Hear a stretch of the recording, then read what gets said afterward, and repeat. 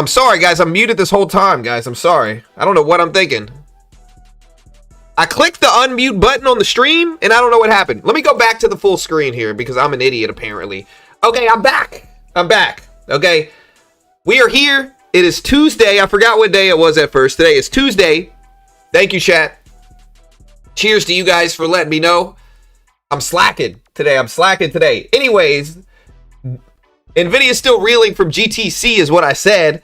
And it's mostly from Jensen Huang's quote where he said, again, quoting Jensen Huang here, he said, quote, around this time last year, I said we saw $500 billion in high confidence demand covering Blackwell and Rubin through 2026. Now, right here and now, I see at least $1 trillion in demand through 2027. This is what ended up spiking Nvidia here. If you look at this Nvidia chart right here, Nvidia spiked on this news right here. This big spike towards the end of the day, closer to the closing bell yesterday, is from that quote where he said $1 trillion in demand through 2027. The NASDAQ is still red on the day, but yeah, Nvidia is sitting at 183.40s. If we take a look at the NQ, the NQ is still red on the day, although it is getting closer here. The NASDAQ, it's slightly red. It's not incredibly red. It's at 24,827s. If we take a look at the S&P this morning, the S&P is getting really close to going flat or green on the day. Previous closing price is 67.50. Basically, it's at 67.44. So the S&P NASDAQ slightly red today, although they are starting to move up. Now, oil. If we take a look at oil this morning, guys, oil.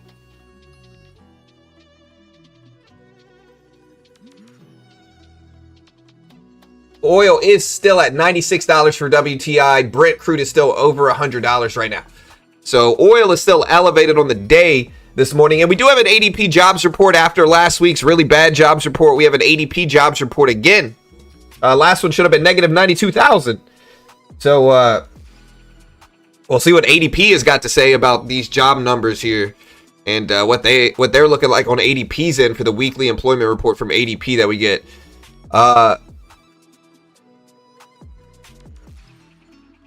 Yeah, apparently I was super muted for a while. I don't know what happened there. My bad, guys. I'm like I said, I'm struggling. I'm slacking. But yeah, here is oil. Oil at 96.40s. Now, we've had a lot of stuff happen again. So Iran has been hammering UAE energy is what's been helping drive these prices of oil up. And infrastructure with drones and missiles. They hit key oil and gas lights like the Fujairah and Shah, which raises supply disruption risks. Most flows are still operating without interruption though, but Iran launched more than 300 missiles, over 1,600 drones at the UAE since this conflict began. The Fujairah, UAE's major oil storage and export hub that bypasses Hormuz, has been hit multiple times by drones. There's been rumors of fires there and halting oil loading and bunkering operation before restarts. Drones have also hit the Ruwais industrial complex and the Shah gas field in Abu Dhabi. So Iran's targeting major routes and alternative routes to the Strait of Hormuz. The Fujairah handles a big chunk of regional crude and product storage and can move around 1 to 1.8 million barrels per day. And so, yeah. They're trying to keep oil higher here, guys. We also had news earlier today, we also had news that Pawn sent me this morning that, I think, was it Moody's that thinks we could enter a recession? Yeah, so Moody's says a recession will be hard to avoid if oil prices stay elevated even for just a few more weeks. So economist Mark Zandi said recession is once again a serious threat. The outlook for the U.S. economy will continue to darken as long as the Strait of Hormuz remains effectively closed, even though the U.S. now produces about as much oil and natural gas as it consumes. Again, this is according to Moody's chief economist Mark Zandi, who thinks that if nothing changes within a few weeks, a recession could be unavoidable here. Do you guys agree with this today, guys? Do you guys agree?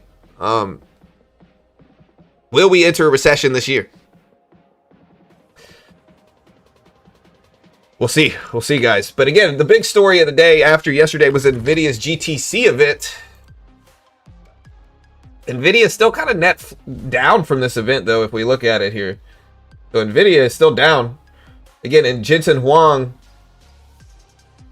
one of the big stories was AI factories. They also talked a lot about inference during this event. Jensen basically said the next AI boom is running these models every second of the day, right? And I think like inference, you have to understand, like you have training and then you have inference where it essentially learns. He called it the inference inflection has arrived, meaning we're moving from just training giant models to actually using them at scale in production. And yeah. You know, like training is when you teach the model, which is like you're feeding it data so it learns patterns. Inference is when you give it new data and it uses what it learned to give an answer, prediction, or output in real time. What this means is like AI is going to be running all day is essentially what this means. And if you want to know, you know, the correlation between jobs and AI, inference is going to impact jobs more than anything else right now, I think, just because it's obviously more like an actual worker with inference, if that makes sense. So like you type a question into Chat GPT, it infers, you know, the next answer based on patterns it learned before. If you show it a photo, you know, it says cat or dog. You know, it can kind of infer what it is. And yeah, that's the future of AI. And again, that's going to take more jobs than anything, really, if we look at it objectively, I think. Yeah, do we hit a recession soon, guys? Do we hit a recession soon? Let me do a poll here. I'm going to do a poll. Do we hit a recession? I'm gonna label it like this. With inflation risks being high and rate cut odds down, does the U.S. enter a recession this year? Is the question. I think that's a great question. Let me know. There's the question in the chat right now.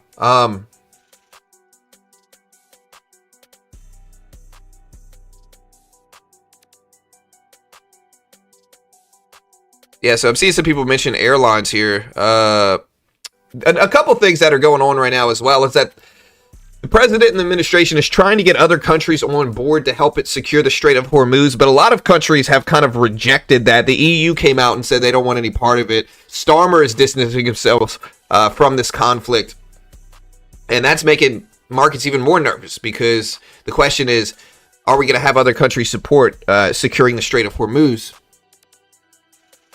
The U.S. president also invited biofuel producers for the event next week, according to CBS. Can y'all hear the music right now? Let me know. I can turn it up a little bit if that's better. Yeah, high oil prices mean inflation, mean rate hikes, or just no cuts means recession is the logic I'm using. Yeah. I think we're already in a recession. Our data's so late that if we find out for another quarter... Yeah, but we couldn't be in a recession right now. I hear people say this. A recession is defined as 2 consecutive losing GDP quarters, right? So we are looking at the previous data. Now, in order for us to be in a recession right now, Q4 would have to be negative, right? Last time it showed up at 0.7. So, I mean, I guess it's possible that the final number goes from 0.7 to negative. It's low odds, but it's possible, I guess. And then we'd have to get a negative Q1, which we're not even out of Q1 yet. The end of March would have to be Q1. And so Q4 would have to be negative, and then Q1 would have to be negative. And I just don't think we could even be in one technically yet, just because Q1's not even over. And we've gotten most of the Q4 data. And so it's just, it's low. There's a chance that we could be trending towards one, but we're not necessarily in one yet. Yeah, let's take a look at yields this morning, guys, ahead of all this stuff.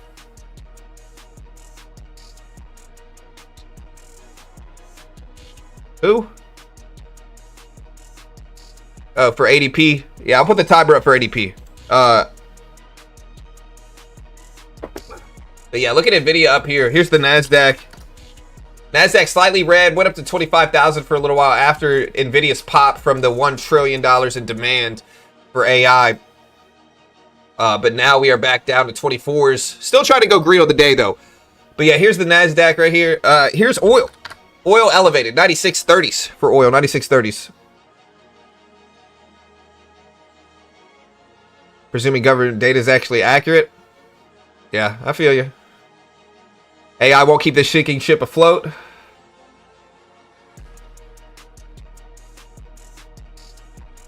Yeah, the big thing, like, AI is learning. And inference is that learning in practice. And so people always worry about AI and jobs, but realistically, inference and the growing of inference is going to cause people to lose jobs. Like, this is just obvious, I think. You know, if AI is used 24/7 and it's constantly growing and learning 24/7, you know, very few people can work 24/7, you know? No, nobody can work 24/7, really. And so when employers come to choose between AI and people, in some instances, not all of them, of course, there's some jobs that are protected from this, and obviously there's some sectors that are more at risk. But employers are going to choose AI a lot of the time, depending on the sector. So, yeah, Bitcoin. Let's take a look at yields, though. We talked about yields. So, yields are actually down a little bit today. So, yields are actually down some here. The 10-year Treasury yield sitting at 4.214%. We're down a little bit today. You can see a 5-day trend here. We really started pulling back yesterday. But for a little while, we were almost at 4.3% for bond yields, for 10-year Treasury yields here. So yields have actually fallen down, showing somewhat of a lower interest rate sentiment. But this is just investors tracking oil prices, is what this is. So, yeah. Investors tracking oil prices. Lower oil prices, maybe less inflation, maybe more green light to cut interest rates or whatever. And yeah, yields are slightly down. They're still elevated, though, over the last 5 to 10 days. Obviously, since this conflict started, the big story is the oil premium and inflation and how it shows up. Oil being this elevated here. And even if we look at, like, Brent crude. Even if we look at, like, Brent crude here. Look at Brent. Brent crude.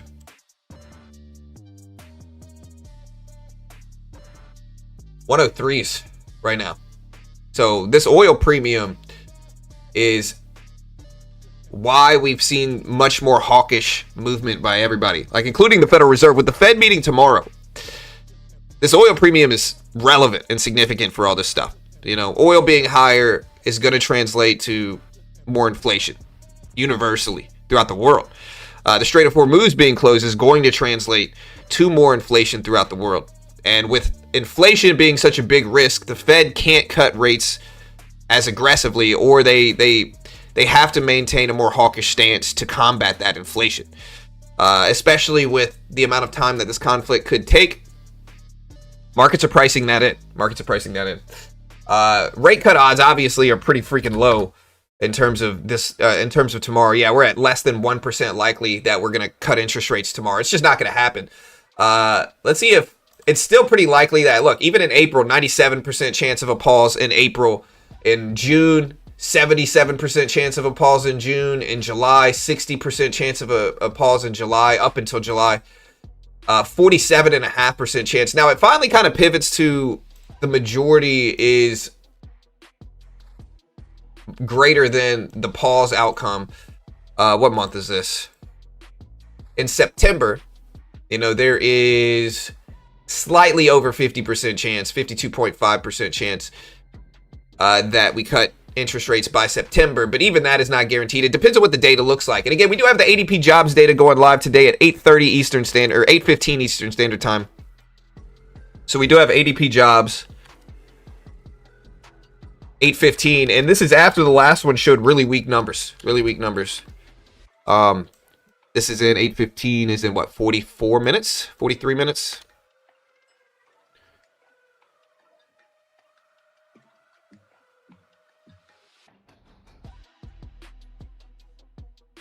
Yeah, about 43 and a half minutes. Give or take, that's about right. This up at the bottom here. We'll put it up at the top left. There we go. That's better. What's up, Jono? What's up, Britt? Nvidia to the moon. Yeah, Nvidia GTC, $1 trillion in demand. And so we saw the moves last night for Nvidia. The big story on Nvidia, I think, right now is going to be what happens at the opening bell for this, and obviously throughout market hours. Sometimes you'll get specific moves prior to the opening bell, and we'll see some baking out in terms of sentiment here. But we'll see if Nvidia continues to push up after this. 183.5s right now. Went as high as 188. And so I'm going to look at the top of the bottom of the range here from yesterday, really, just to look at some levels here. I'm going to look at 189 and 190, obviously above us. I think underneath us we have 180 here, psychological level. 190 above us, psychological level. And this is just for today's price action here. A greater level could also be, you could consider 186. A longer term level here. You can see this level on the chart, 186. And look at 180 here. If we extend this to the left, I think you can kind of see 180 tracking here as a support level. Yeah, there's 180. So 180 kind of a line in the sand on the bottom. Above us, 186, 190s maybe, if we can consider that some levels. 186, 190. So we'll see if these hold. But yeah, again, Moody's saying a recession will be hard to avoid if oil prices stay elevated for even a few more weeks, considering the Strait of Hormuz is effectively closed to oil tankers.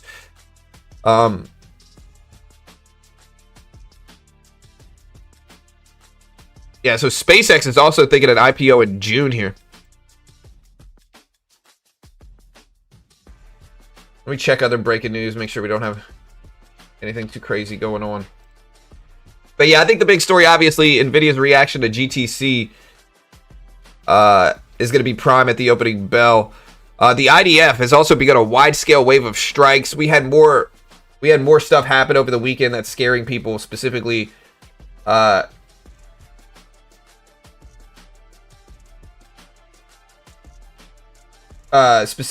strikes in the UAE from Iran. So they hit Dubai's airport areas, ports, hotels. They also hit the Fujairah, major oil export hub that bypasses Hormuz by drones. And there's fires there, and they halted oil and bunkering operations before restarts. So the story is Iran is going after our supply specifically. They're not just protecting the strait, they're protecting any way we might get, or they're not just attacking the strait, they're attacking any way that we might get oil, is the story. And so we also had news earlier that that they pushed back the President Trump China President Xi meetup. So Trump is openly tying the Xi summit to China helping in Hormuz, so that meeting may slip. But they're pushing back. The president has said that the late March Beijing summit with the Chinese President Xi could be delayed about a month or so because of the Iran conflict and his desire to stay in Washington. He's also using the meeting as leverage to a certain extent, warning that if China doesn't help secure the strait and reopen traffic, he may push the summit back, linking the role in the crisis to the trip going ahead of time. So the Israeli foreign minister did say we have already won and Iran has been dramatically weakened. We'll continue the war with Iran until the mission is complete, end quote. All right. How it's better to be late than wrong.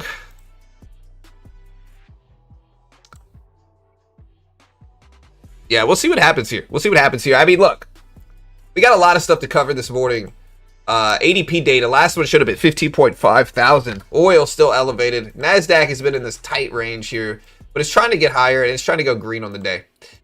Previous closing price on the NQ, 24,872s right now, 24,872s. Is it a good idea to buy 10 treasury bonds at 4.22%? Do you think? I'm not an investment professional. We're not liable if you lose money. Nothing here is financial advice. If we get emergency cuts, I don't know if we're going to get emergency cuts right now. So we do have NEC Director Hassett says coordinated oil reserve release could go up if needed, that the conflict is going to be over in a short run, has a plan for every quarter of the disruption. So Bessent is speaking right now. Treasury Secretary Bessent is speaking right now. Or no, Hassett, I'm sorry. White House senior advisor Hassett, I'm sorry, I get him and Bessent mixed up. But yeah, Hassett said plans include fertilizer and getting fuel to the West Coast. Tankers are starting to go through the Strait of Hormuz in a CNBC interview, and he said coordinated oil releases could go up if needed. We'll continue the conflict with Iran until the mission is complete, according to him. So Hassett's speaking right now, actually, on CNBC. And the NASDAQ is trying to get up there. It's at 24,850s right now, 24,850s.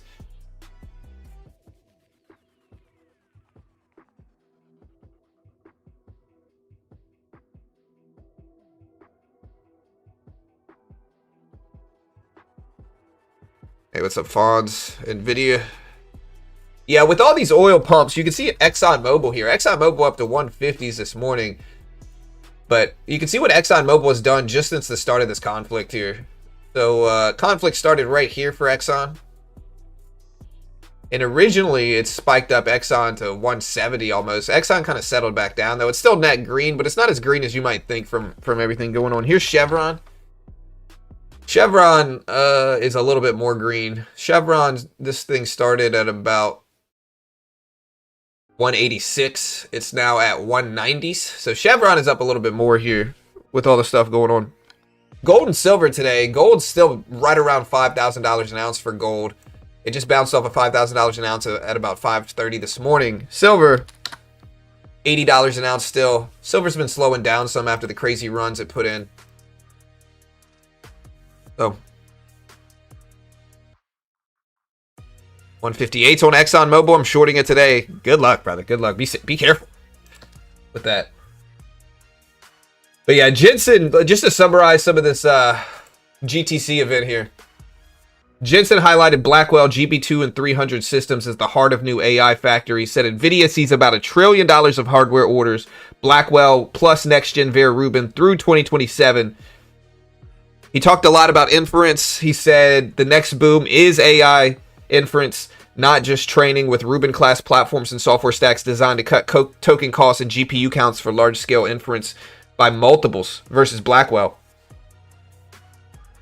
Jensen did lay out an NVIDIA roadmap beyond Blackwell to Vera Rubin and then Feynman with new CPUs, faster HBM, and NVLink generations. He did pitch an annual cadence of ever bigger AI supercomputers for hyperscalers, sovereigns, and enterprises. So, a lot of people didn't think NVIDIA would move that much. The only thing that really pushed NVIDIA a lot during this was the big quote about $1 trillion in AI demand. Delta Airlines says jet fuel has almost doubled since the start of the year, and crack spreads are significantly higher than crude via the conference call. So somebody was asking about airlines. I think they had earnings this morning, if I remember correctly, for airlines. Maybe I'm off here. Maybe they didn't.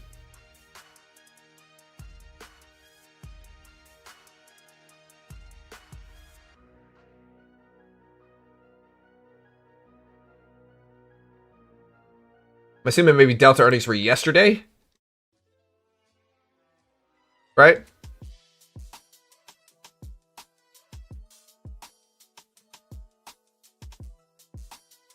Are we in an unannounced recession? I don't know, guys. I don't necessarily think so. In order for us to be in an unannounced recession, that would mean Q3 would have to be negative last year, as well as Q4 would have to go from a positive number in the first revision to a negative number in the final one. So we would have to not only have wrong numbers for Q3, but we'd also have to have the final revision number for GDP that comes out, I believe, next month, show up at a negative number as well versus a positive estimate last time. So maybe, but I don't know. Hassett is still speaking. So Hassett says there's no way Trump's going to back down until he sees this through the end. Iran is not hurting the U.S. economy, which is sound. Coordinated oil release could go up if needed. That Hassett says studying closely the issue of getting fuel to the West Coast. And the concern is that Asia may be pulling back on oil exports sold to the United States. So Hassett's still speaking on CNBC. We can still watch the NASDAQ and how it's reacting to all this, as well as oil. Here's the NASDAQ on the left. We can put oil up on the big chart in the middle here. But oil at 97s right now, 97s.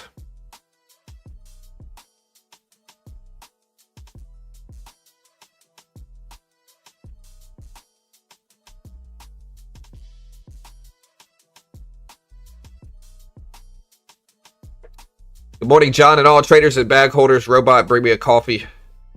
I'm waiting for those robots, bro. I will be the first one to buy like a Bicentennial Man like robot. Or who's another good robot? I'll take Arnold and T2, not T1. You know, not T1 Arnold, but T2 Arnold. Who's another one? Chappie. I'd take a Chappie robot, you know. I'd teach him to do jujitsu, you know. Oil. WTI crude tapping $97. $97 a barrel. Again, this is after Delta Airlines says jet fuel was almost doubled since the start of the year, and crack spreads are significantly higher than crude.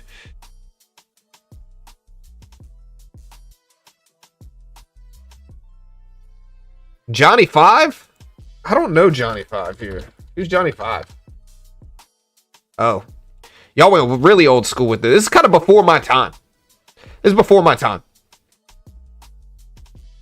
I've never seen Short Circuit. So this is just before my time here, guys. In regards to robots. Like, I grew up on Terminator, Bicentennial Man, Chappie.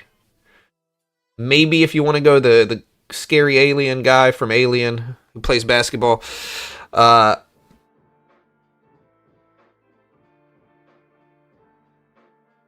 little toaster, yeah, the goat.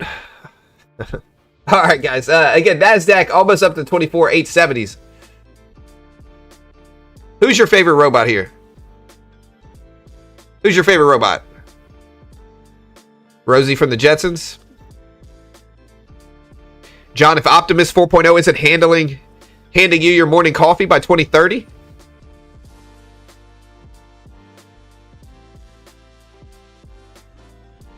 Wally? Yeah, Wally's all right.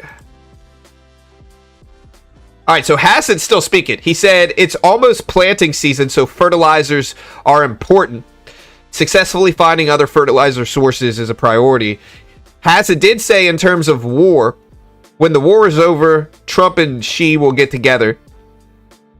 But that 4 to 6 weeks is the base case, and we're ahead of schedule, according to Hassan. Again, 4 to 6 weeks is the base case, and we're ahead of schedule, is what he's saying here.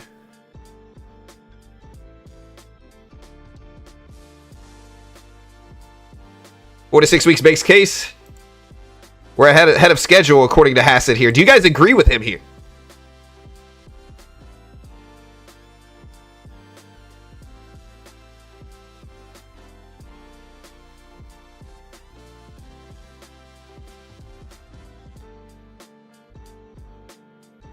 Four to 6 weeks is the base case. We're ahead of schedule. We got 30 minutes left. 30 minutes.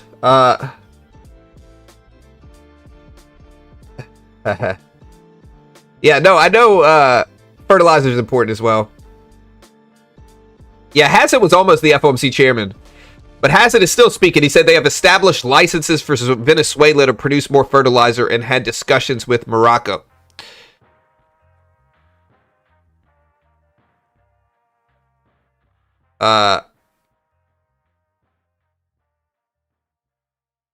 Hassett is an econ nerd. What does he know about war? I think they're correlated, but there's definitely impacts of each on the other. Yeah, so again, Hassett says that they're successfully finding other fertilizer sources on CNBC right now. Again, IDF says aware of claimed Lebanese soldiers injured in IDF strikes. There were booms heard in Doha. And Hassett says when the war is over, assures President Trump and Xi will get together. Now, this is after, again, just to go back to this, circling back to this here. Trump has said the late March Beijing summit with Chinese President Xi could be delayed, quote, about a month or so, end quote, because of the Iran conflict and his desire to stay in Washington. But he's also using this meeting as leverage, warning that if China doesn't help secure the Strait of Hormuz, then he may push the summit back, explicitly linking China's role to the crisis. Now, this is after the administration has called for cooperation in securing the Strait, but the European Union has distanced themselves. Starmer in the United Kingdom have distanced themselves from this conflict, basically saying they don't really want a part of this. And yeah, you know, we're having trouble finding other countries that will cooperate with us in regards to securing the Strait of Hormuz.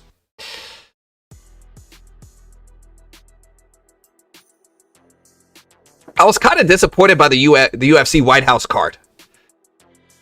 Like, I was kind of disappointed. No Conor, no John Jones, you know? Like, yeah, the fights are all right. They're not the best fights you could ever have. I was expecting more. I was disappointed. I was disappointed. Yeah, this is week 3 of this conflict, Tomato. This is week 3. Yeah, week 3. The NASDAQ chart's right here on the left. Here's the NQ right here. Yeah, the NASDAQ chart's the chart on the left. This is the NASDAQ right here.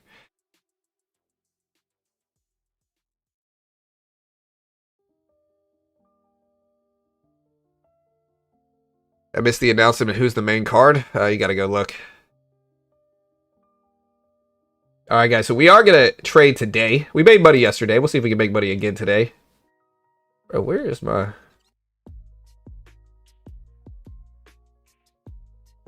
Alright, guys.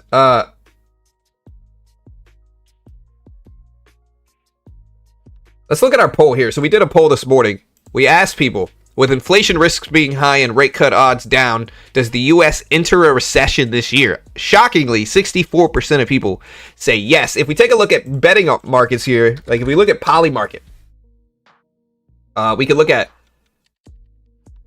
Here's finance. Let me see what would... I guess economics is what would recession odds be. Do we see any recession odds here? Look at the NASDAQ starting to pull back a little bit. So a 28% chance the Strait of Hormuz traffic returns to normal by the end of April. The question I have with this option here is, what do you define as normal? The Strait of Hormuz traffic returns to normal by April? What do you define as normal here? I think that's optimistic. I think that's optimistic. So only a 28% chance. And yeah, that makes sense. Let's see if there's recession odds. Yeah, so a U.S. recession by the end of this year, there's currently a 31% chance. 31% chance. And you can kind of see the odds of a recession have spiked in March here. Look at the odds of recession. It's spiked in March. So...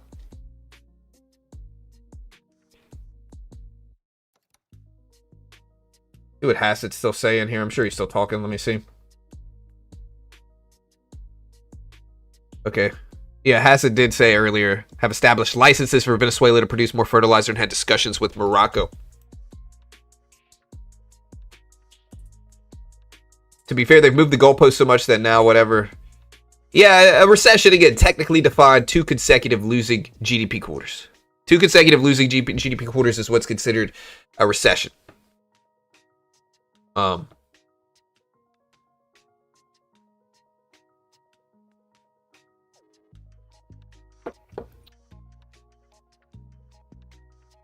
you guys bullish or bearish on the day? Let me know in chat right now. Also, let me do this.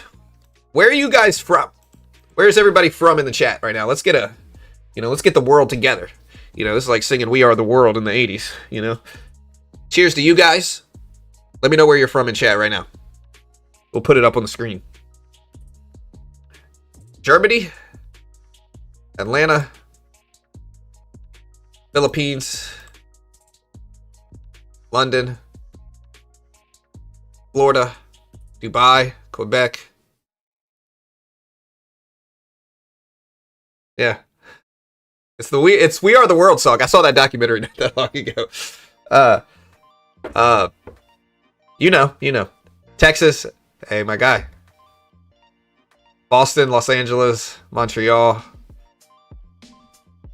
Australia, Quebec, my Canadian friends, Cape Town, Indianapolis, Houston, what's up, Moist, my friend, Great Republic of Texas. I don't know, man, Texas, look, I live in Texas, I like Texas. The problem with Texas is that Texas is like freedom, you know, not super free here. Low taxes, sure. Not a super free government, unfortunately. But I like Texas, don't get me wrong. I like low taxes. I like no state income tax. And the economy's good in Texas. Jobs are pretty good, generally. But...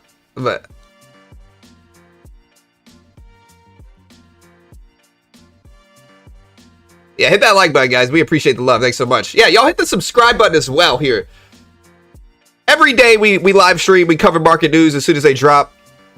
I appreciate everybody from around the world joining us today. Iowa, Kentucky, South Carolina, New York, Texas, Honduras, Australia, Netherlands, Norway, Cali, the moon.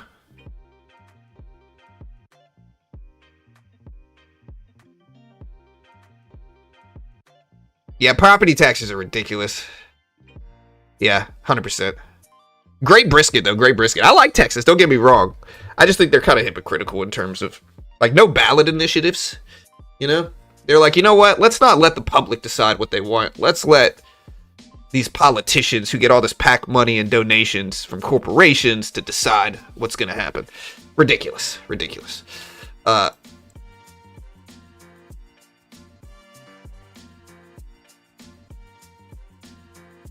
right, guys. So we're seeing the NASDAQ actually dip down a little bit here. We are at 24,800s here, 24,800s.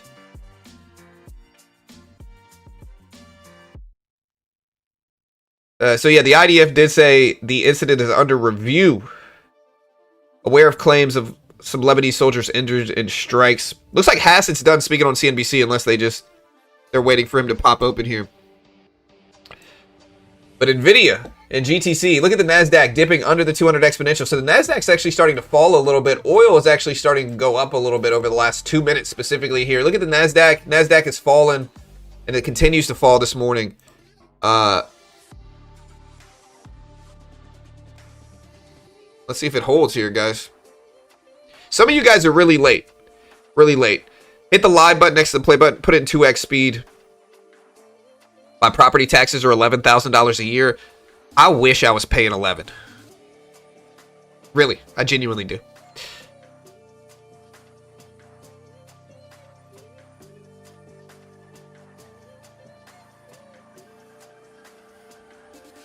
Toronto, yeah.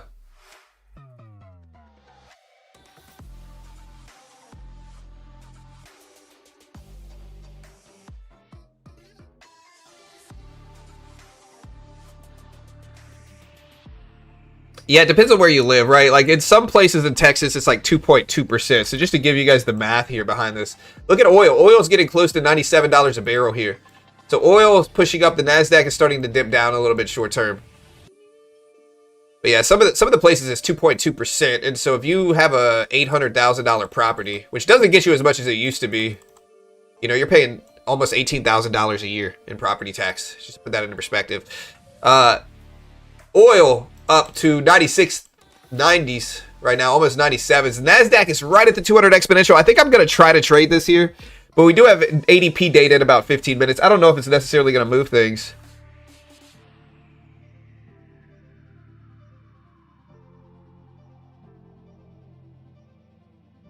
But the NASDAQ, remember the rollover did happen. The NASDAQ is right here though. Let's see if we want to trade this. I'm looking at the volume profile. If we hold underneath this, I might short. But I have to kind of wait for it here.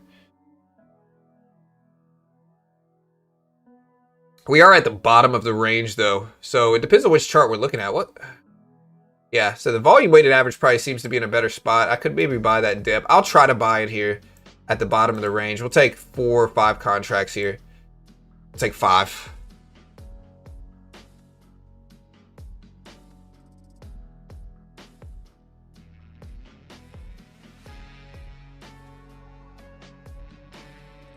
We'll give it a second, but we are down.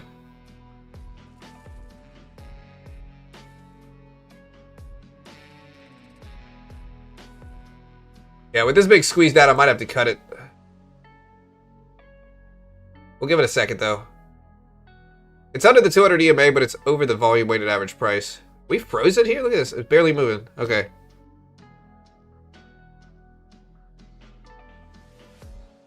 Is the Dow back over 50 yet? No.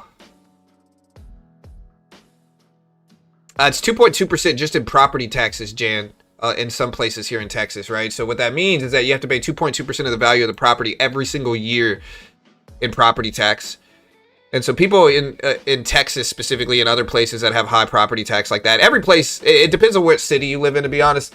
But people like to say, oh, there's no state income tax in Texas. They get you on the property tax, is what they get you on. And really, I'm against, like, getting triple tax is not fun. Having to pay super high income tax, property tax, sales tax. You know, at what point, like, why have we let it get this way?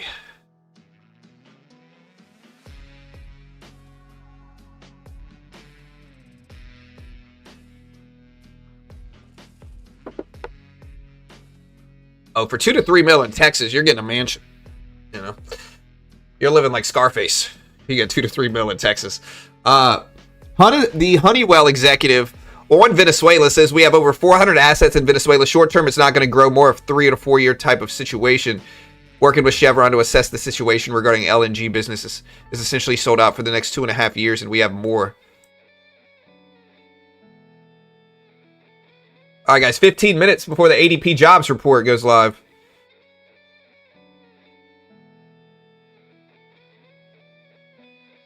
Yeah, I'm from Louisiana. I'm trying to see what Louisiana property taxes are. I think it's like 0.6%. I've asked my dad. I think it's like 0.6% or something. Yeah, it's like 0.5 to 0.6. Reasonable. Reasonable. You know, median is like $1K to $1,200 annually. I mean, it's still Louisiana, but I love Louisiana for the most part.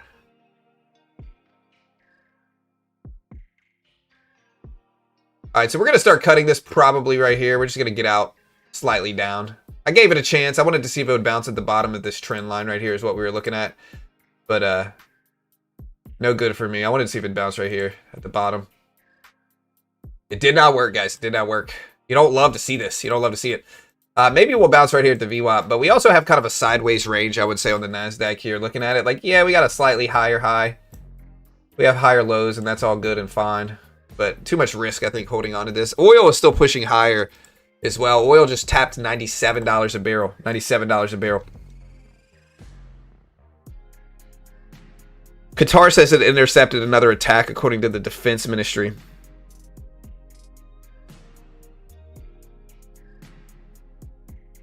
Yeah, my son had a baseball game yesterday, dude. It was cold. It was cold. Like, dude, I had to sit out there for an hour and a half, dude. It was... I almost wore shorts, too. It was cold. Yeah,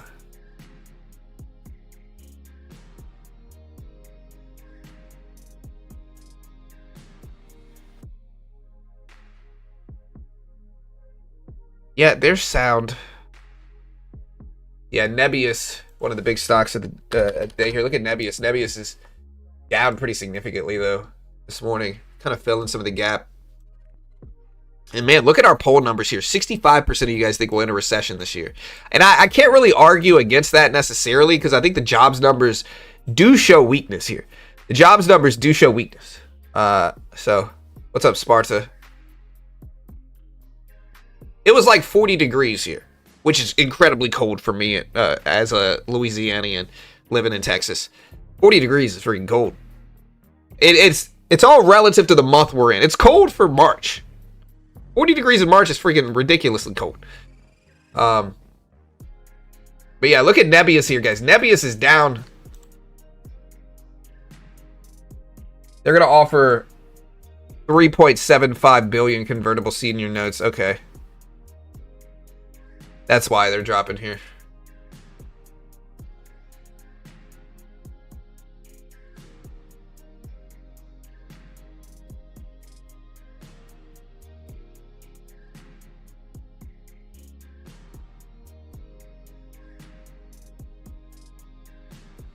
Yeah, so this is dilutive.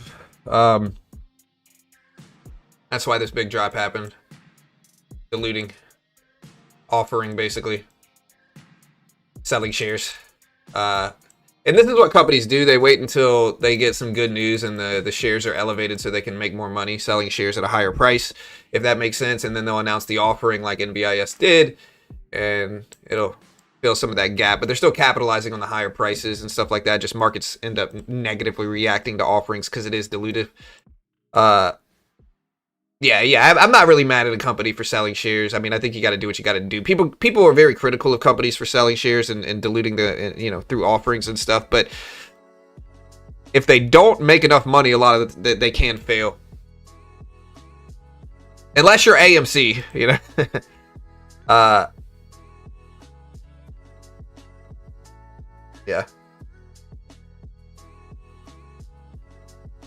Unless you're AMC. All right, guys. Hey, we got 13 minutes. 13 minutes. See what we get here, but 13 minutes here today, guys.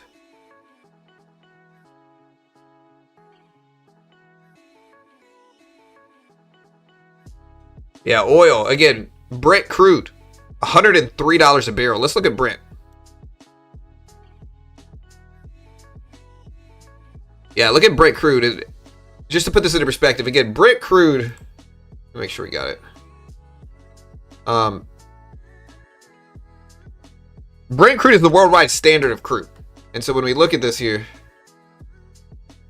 Brent crude is elevated on the day from the potential strikes in the UAE. But look at Brent. Yeah, here's a 5-day chart in just Brent crude specifically here. So here's a 5-day chart. It's a scary chart here. It's a scary chart.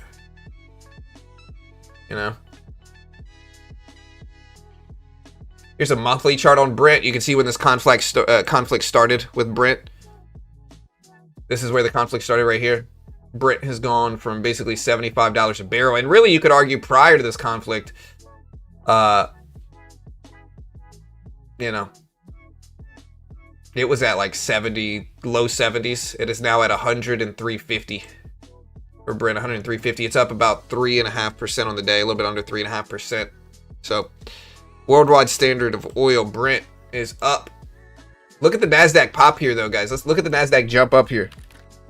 So something's going on with the NASDAQ right now. Look at the NASDAQ pop ahead of the ADP jobs report. Let's see if there's a reason for this.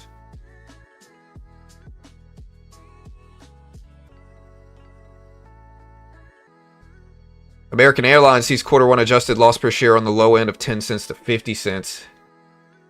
Is this Nvidia related? Nvidia did just jump up some to 183.5s. American Airlines expects Q1 adjusted loss per share diluted share at the lower end of the guidance range according to an SEC filing. I definitely should have held. We did bounce right at the volume weighted average price. ADP jobs reported 10 minutes here, though, guys. 10 minutes.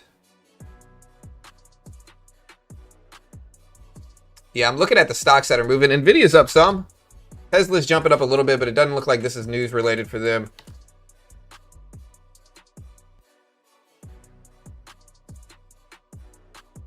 Looks Nvidia related potentially here regarding the news.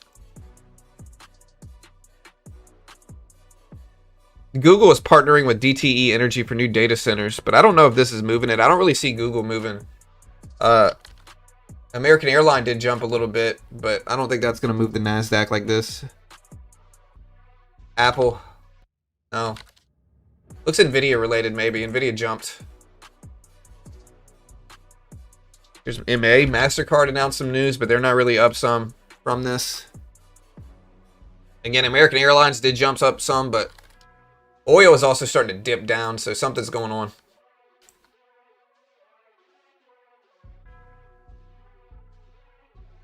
Yeah, oil's dipping. NASDAQ's popping up. Oil back down to 96.20s for Brent crude, or for WTI crude. Yeah, this is just oil going down and the NASDAQ going up because of lower oil and less inflation worries, is what this is. That makes sense.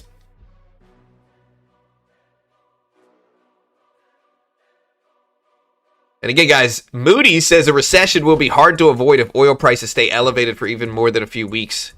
For even a few more weeks, I mean, and this is by their chief economist, Mark Zandi.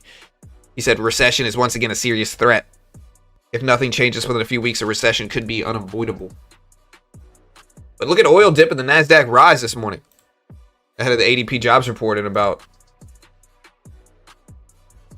9 minutes here.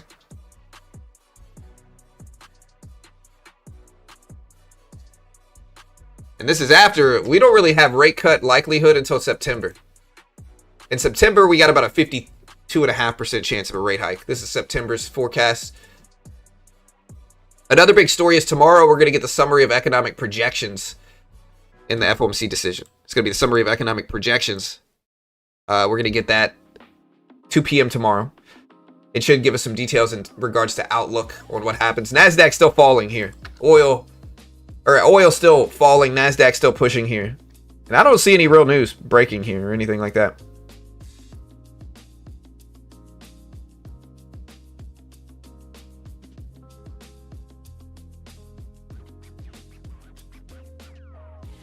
Musk did say by this weekend XAI will have 3 Grok build models in training simultaneously.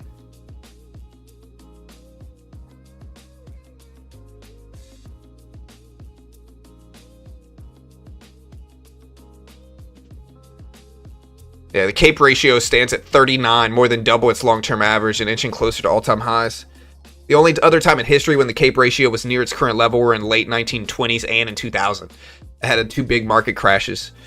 In both periods, the stock market fell, crashing during the Great Depression and during the dot-com bubble. So, look at the NASDAQ almost going green on the day.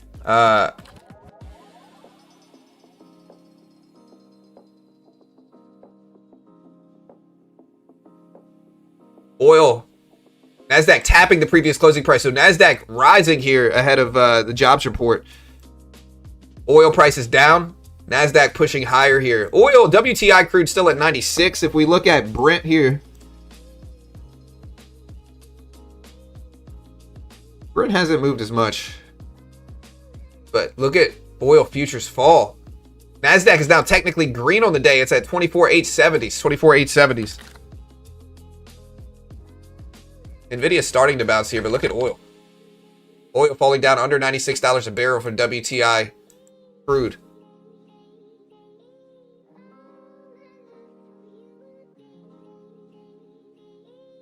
Okay, so some breaking news here.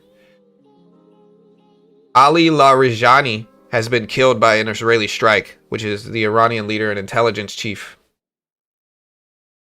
When did this happen? Let me see. I'm seeing the news right now, but let me see when this actually happened. And again, we do have the ADP jobs report. 5 minutes, guys. 5 minutes. Yeah, this news dropped a few hours ago, really, but it's not really breaking now. NASDAQ is now green on the day. Previous ADP jobs report did show 15.5 thousand. 15.5 thousand for ADP jobs. NASDAQ 24,880s here. Oil still down. Yeah, I was reading like a post on social media and I was like, breaking, but you got to look at those posts with a grain of salt because they'll exaggerate what breaking means. But look at the NASDAQ jump here right now, guys. NASDAQ super green over the last 5-10 minutes. Oil prices falling. A lot of this is from Nvidia. What's up, Taker? All right, guys, we have 4 minutes left. 4 minutes.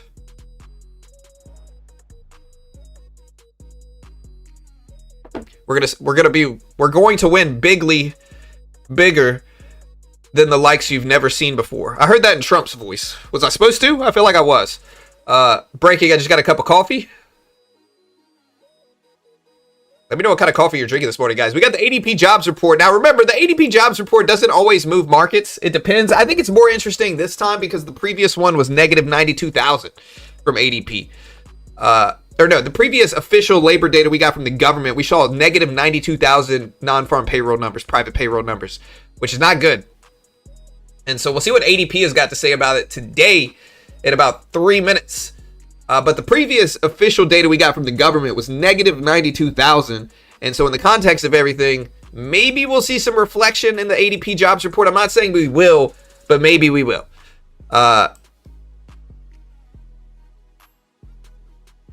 Give me your predictions for the ADP jobs report. What number does the jobs report show up as? What do you guys think? Higher or lower than last time? Last time was 15.5K. Let's see if we show up higher or lower. The NASDAQ, again, is technically green on the day. Is technically green right now.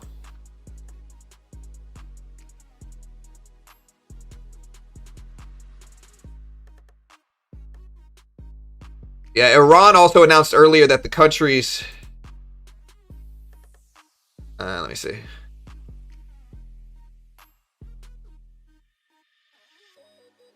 It said the countries allowed are India, China, Russia, Turkey, Saudi Arabia, and Pakistan. Not allowed are Israel, UK, France, and the US to pass through the Strait of Hormuz. All right, guys. Still waiting on the data here. We have about 2 minutes left. 2 minutes.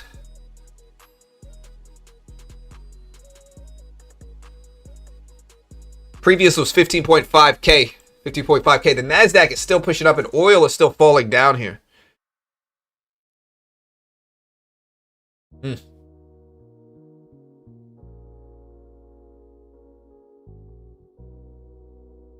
Yeah, I only drink 1 cup of coffee a day. All right, guys, we got about a minute and a half left. A minute and a half.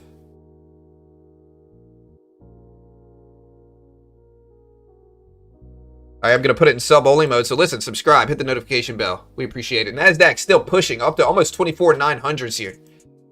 I don't know if this jobs report is going to influence things, but maybe. Maybe it does. We do have MU earnings tomorrow.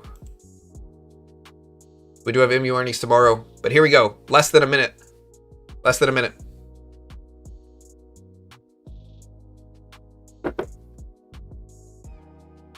All right, guys. 45 seconds. Hit the live button next to the play button. Put it at 2x speed here. See what we get. Again, we got ADP employment. Last time was 50.5 thousand here.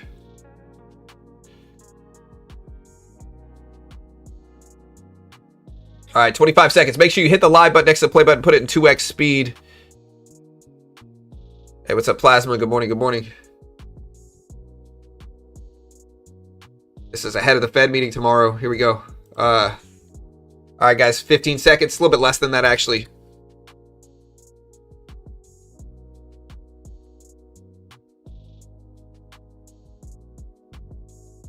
All right, here we go. And here's the report right now. See if it shows. The ADP one, I always have trouble getting it on time. But, all right, let's see if the NASDAQ moves. I'm not showing anything from this yet. ADP is also kind of delayed, and their servers aren't necessarily the best, so you kind of get, you get some weird stuff from it sometimes. But we're waiting for it here. 9,000? Yeah, so it should have been 9,000 today, guys. 9,000 versus 15.5 thousand expected. Here's the numbers right here in chat. I'll put this up on screen. But 9K is what it showed up as. 9K. Previous was 15.5. So we are seeing some retraction in the ADP numbers here. I don't know if this is going to stop the big bull moves that we had. But let's dig a little bit deeper into this ADP report here. So we got 9,000 for ADP.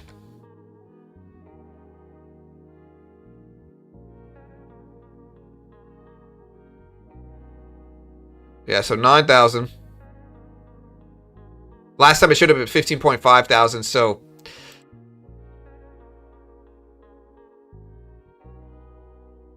Yeah, they don't even have the site up here. Hold on.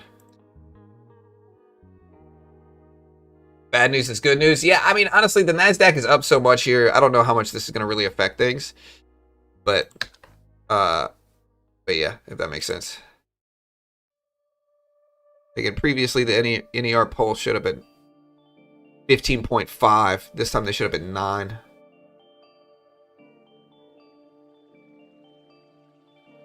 And the last non-farm employment change data showed up at 63,000 positive here. 63,000.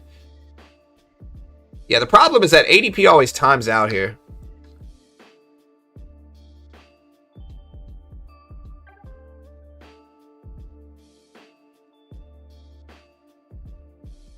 Like, their site basically breaks every time this happens. But yeah, 9,000.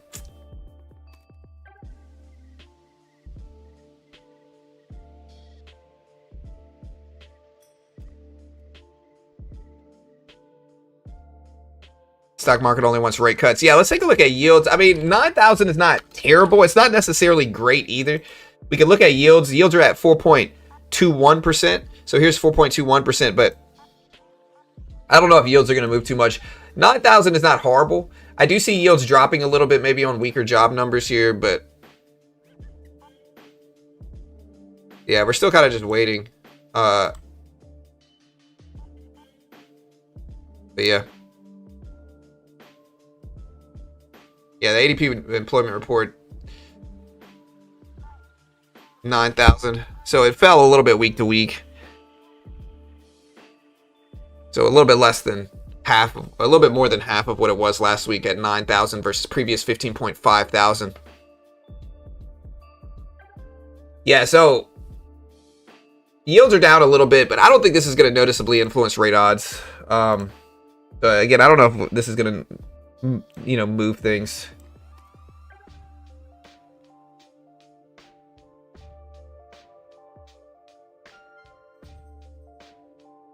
We'll see. Yeah, ADP much smaller company for stuff. They're just late.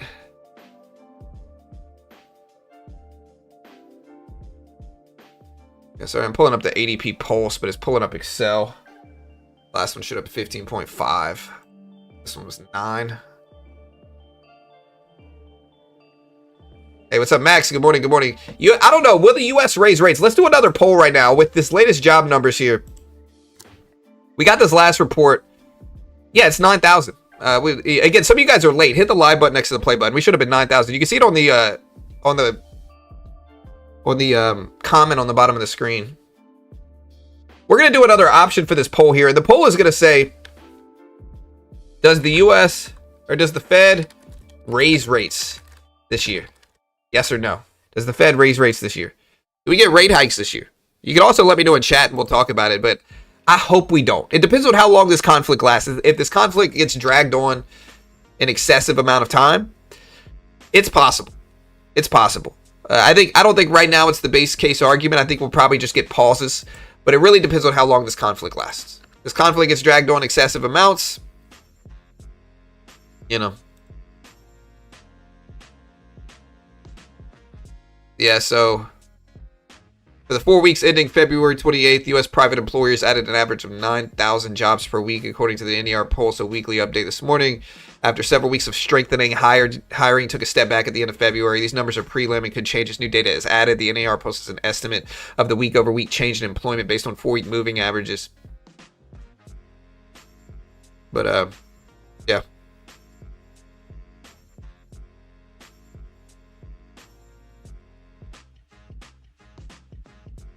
So you can see the trend in jobs here if you want to look at this.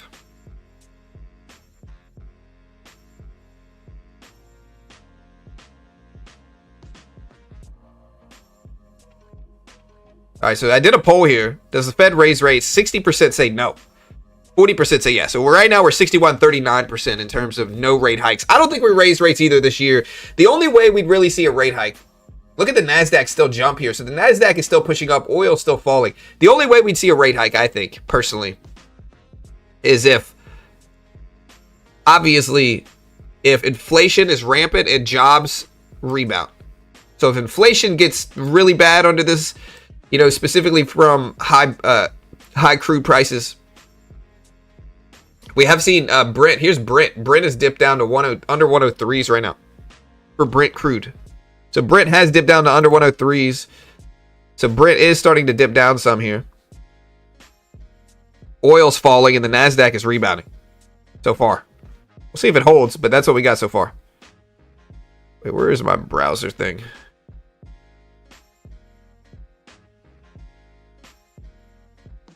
There it is. So Brent's down. NASDAQ's higher here. NASDAQ's pushing towards 25,000 though. So we're getting close to 25K.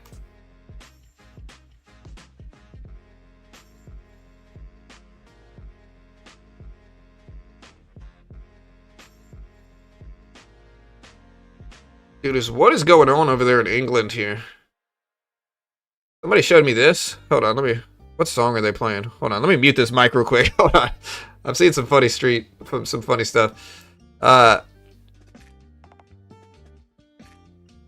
All right, so Macquarie expects the U.S. Fed to hike interest rates in the first half of 2027 versus prior forecasts of a hike in Q4 of this year. So we also had Spain's energy minister said we will release up to 11.5 million barrels of oil reserves over 90 days. Over 90 days. Hold on, let me mute this. You guys can't hear it. Watching a funny video here.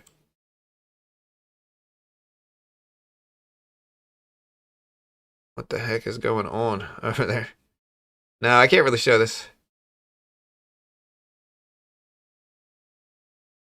What are these guys in England doing?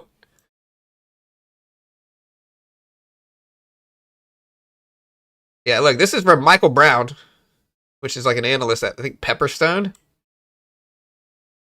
What are these guys in England doing over here? This is the Bank of England. 2026, dude, I swear, man. Like, we are in funny times right now. Funny times. Yeah, I'll show it. I'll show it, but come on now. Gas is $3.50 in Charlotte. Yeah, it's high. It's high.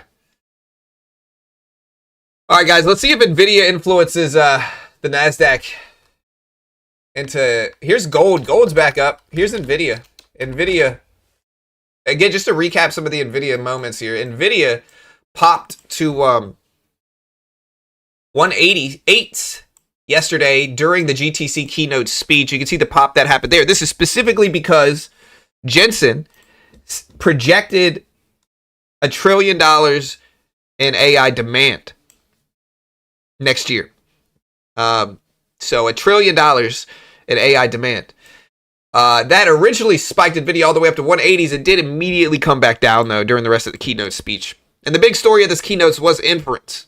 Inference meaning basically AI learning capabilities. You know, with inference, you use AI 24/7. And we've heard a lot about job impacts. Meta announced that they were doing some layoffs. And so with inference, I think that's going to take more jobs than anything else. You can have training, but inference is basically using what they've learned to, you know, infer different things. And yeah, that's going to take more jobs than anything, I think. You know, using AI 24/7 is the big story of it. And obviously that's going to take jobs away because I think that more accurately mirrors what a person would do, right? Now, a person's not going to be able to work 24/7 either, but AI might be able to. And so Jensen was big on like inference being the future. And yeah, let me know if you guys agree with him and what that means, you think. Again, we've got Apple. I don't know why my previous closing price keeps disappearing here. So yeah, Apple almost green on the day. The NASDAQ is technically green. Nvidia is technically green. Meta is still red. Alphabet is still red. Microsoft is still red, but it's almost green on the day. And we'll see what the opening bell brings us this morning, guys. Yeah, it's interesting because a lot of people are expecting the market to... The market might have wanted more than $1 trillion. You know, last time it was, what, 500 billion, he said? The market might have wanted more than $1 trillion with this. So it kind of shows maybe the market's being unreasonable. $1 trillion is so much. But the market might have wanted more. Bitcoin on the day here, guys, basically where it was yesterday. So we can take a look at Bitcoin. But Bitcoin is basically where we were yesterday. We're at 73.9s. Oh, y'all can't hear the music. I'm sorry. I muted it to play that video. What's up, Sam? Good morning. Good morning.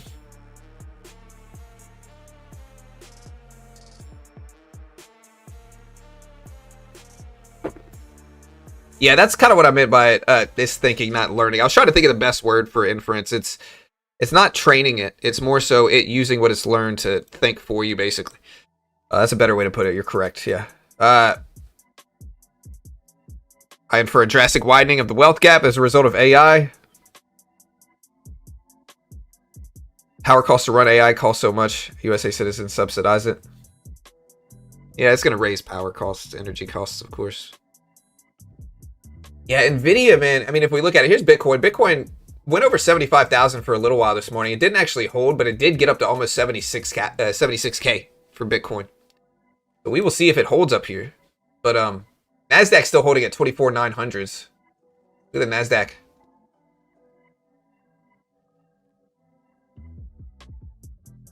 Somebody just donate to me? Oh, thank you so much, OG. I appreciate you, brother. Thank you so much for the whatever, however much money that is. Thank you so much, OG.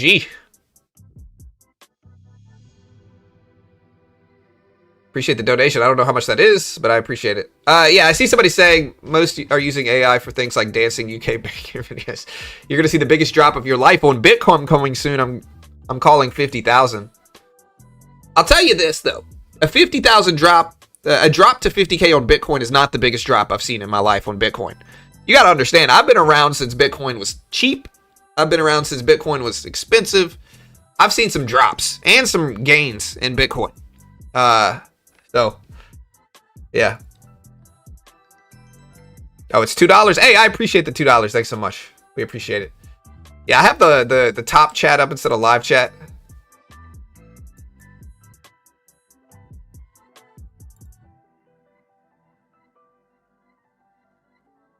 AI can't be trusted with network access.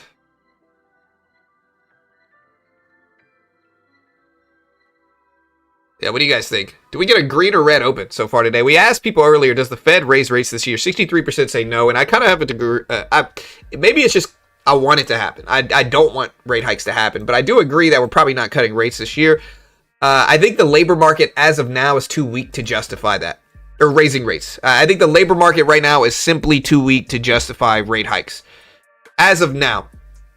Because it's not just inflation that's a risk. And I would say if the labor market gets weak enough, which we saw signs of weakening in the last official report, if the labor market gets weak enough, it becomes the priority over inflation. You know, now I do think the Middle East conflict that we have going on right now does change that a little bit. I think if oil stays incredibly elevated, you know, obviously we're going to see inflation from it. But yeah, we'll see.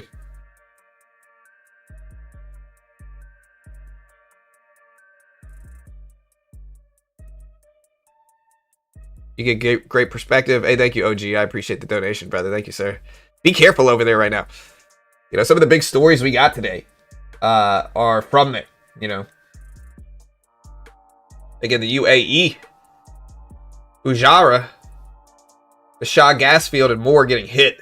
So, Iran launched over 300 missiles and 1,600 drones at UAE since the conflict started. The Fujairah, which is UAE's major oil storage and export hub that bypasses Hormuz, has been hit multiple times. Ruwais industrial complex and the Shah gas field in Abu Dhabi were hit as well. A tanker anchored east of the Fujairah in the Gulf of Oman was struck by a projectile, adding to a string of attacks on commercial shipping near Hormuz. So, what do we do here on the NASDAQ? We're over 24,900s here. We have made a pop. Look at that oil here, guys. Oil down to 94.40s. 94.40s. We'll see if this holds here. But, man. Jobs over inflation needs to be a priority. All CEOs are telling you that. Yeah, no, I think even Jerome Powell specified that in the last FOMC decision and meeting. During the last FOMC meeting, one of the things Jerome Powell said was the labor market becomes the priority over inflation with enough weakness, essentially, is what he said. He said something like this. I remember it during the last FOMC meeting, and really, this is absolutely true. And the reason for this is because after a certain amount of jobs weakness, basically, if we ignore the weak jobs for too long and enter a recession and then have to ease dramatically to get us out of it, if we have to print, if we have to, you know, do all that stuff, it will cause worse inflation than it would have if we would have just cut interest rates. And so that is why at a certain point, and maybe that point is a little bit more arguable, but after a certain point, the labor market becomes a priority 100%. Because if we go into a recession, then things get worse, and, you know, we have to protect from recessions because that can cause, you know, super deep printing, quantitative easing, and it can just make things worse.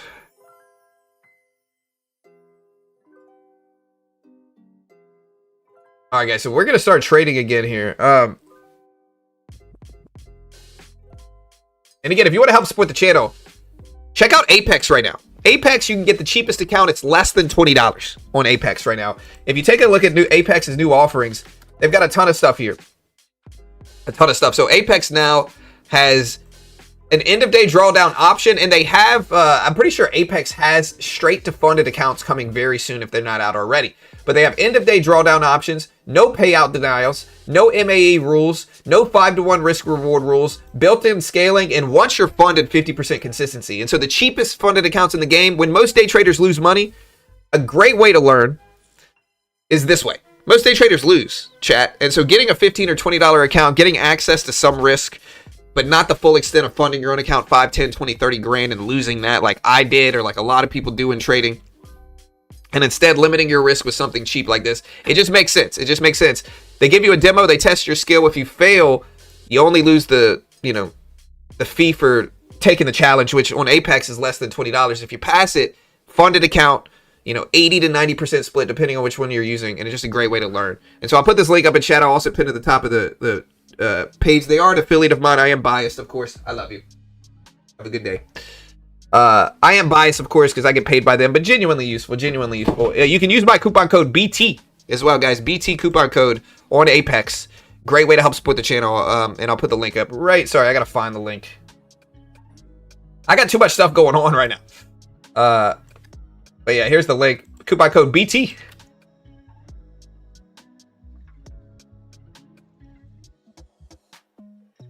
I think Apex is doing 85% off, right? There's the link right there. Check it out. Great way to help support the channel. Can you explain a funded account? Right, so, yeah, so look at the NASDAQ, though. Hold on, guys. NASDAQ is ripping up. 24,935s. 24,935s on the NASDAQ. Let me exit out of some screens here. I got a lot of stuff going on.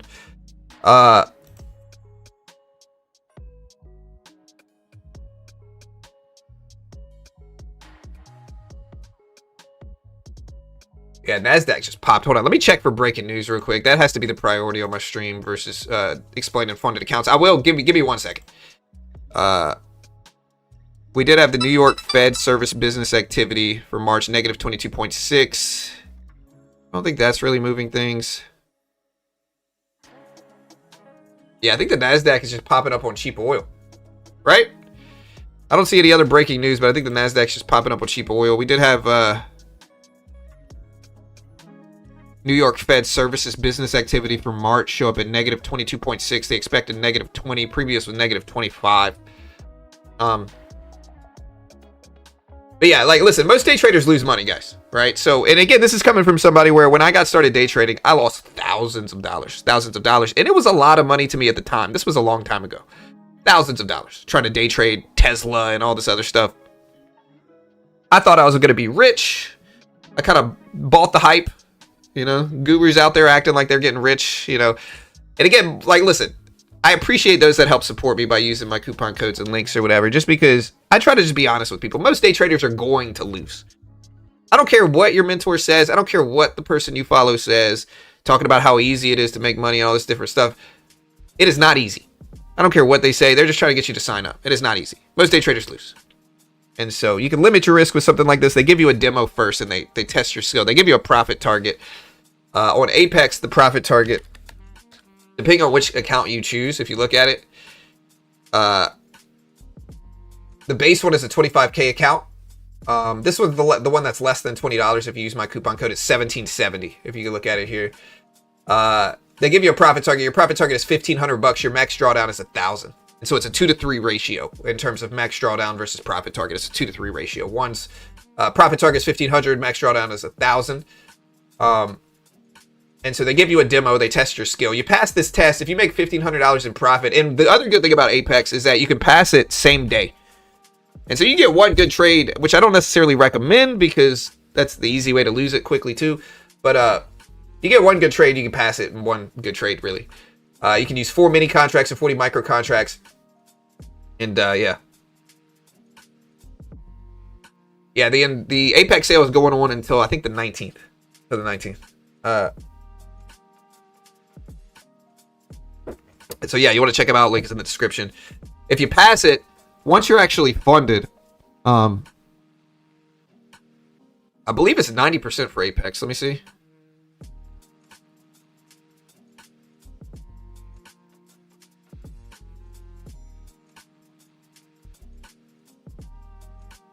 Yeah, so UK Prime Minister Spock's Wells talks on Hormuz continues with the United States, Europe, and Gulf allies.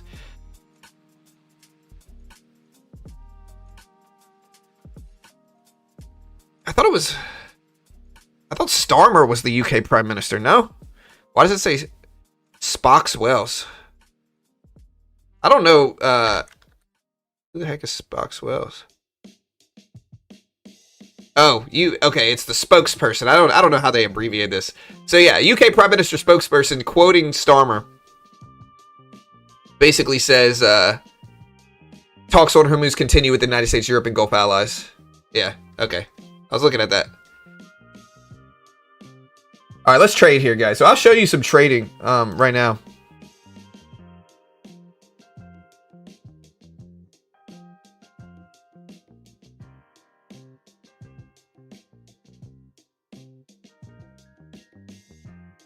And again, I'm biased, of course, because I get paid by them, but it's just genuinely useful.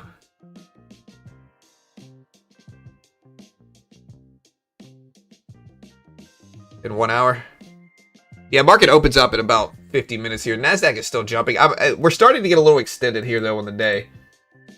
So we are getting a little extended here up. Let's see if we hold. But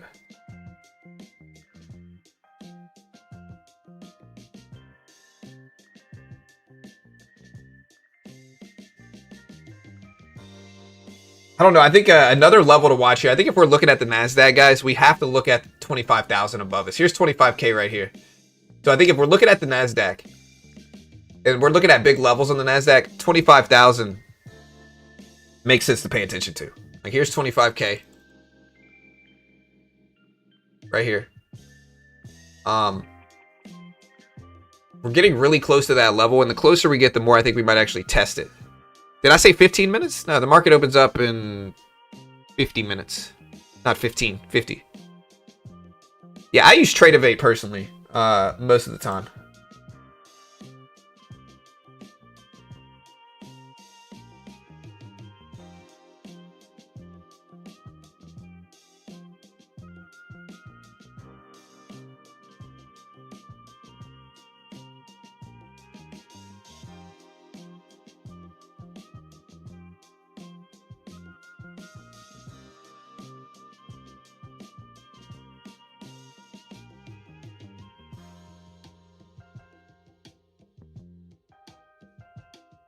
Alright, guys, so again, we are down in the NQ over the last 2 minutes, but I want to see if we hold here. Yeah, dude, I got too many freaking windows up right now, guys. Give me a second. Give me a second. Yeah, it's a good deal, but you gotta understand, most traders fail these challenges, right? Like, just realistically.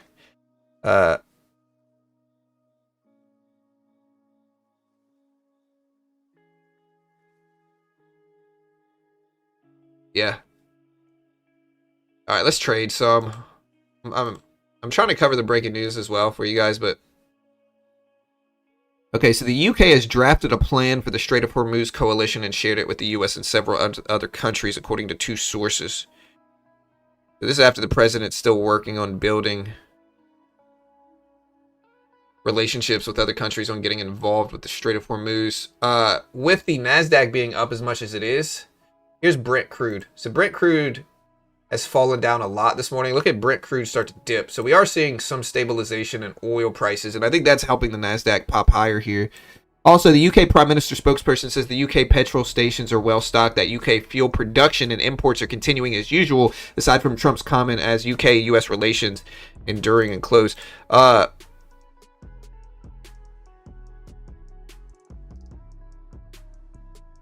Here's Trade-Evade, dude. I was looking all morning to find Trade-Evade. We found it. Here it is.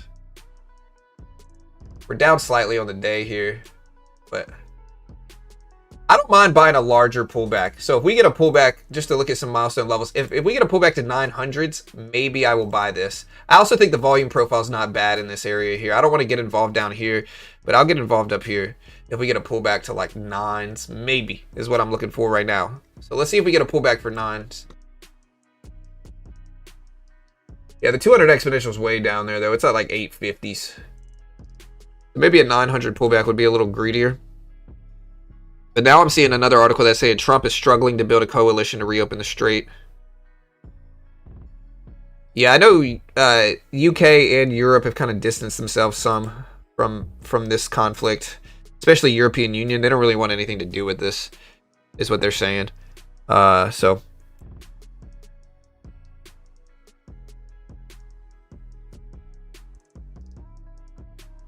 feels like a surprise is coming today.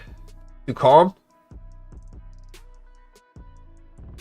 When are you gonna do another giveaway?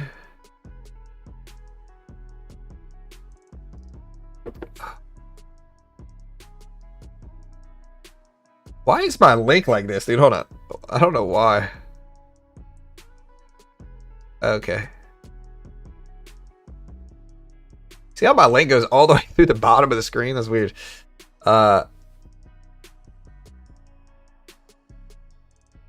Yeah, so again, what happened here? I see some people mentioning the overseas conflict stuff that went on. What happened over the weekend, or what happened over the last 24 hours, is that the Fujairah, which is UAE's major oil storage and export hub that bypasses Hormuz, was hit multiple times.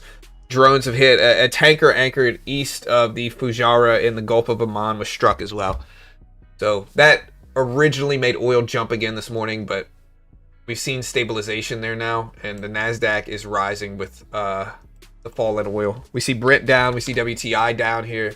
They're still green on the day. They're still up on the day, but they have fallen down from, WTI crude was at $97 a barrel. It's currently at $95.50. So we've seen some stabilization in the price of oil.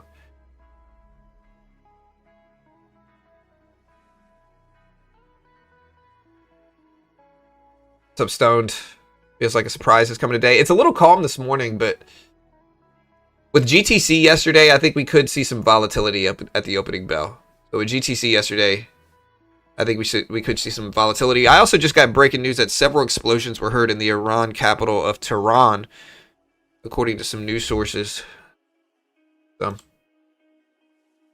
and in terms of day trading here, I am looking at the NASDAQ if we can get it. So I'm trying to trade the NASDAQ here. We'll see if we get it, but I'm trying to trade the NASDAQ.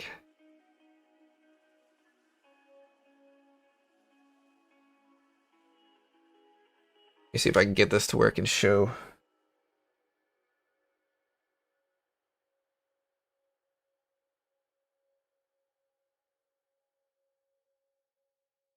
Yeah, I can make this to where it can kind of show what my P&L is. A little bit larger here.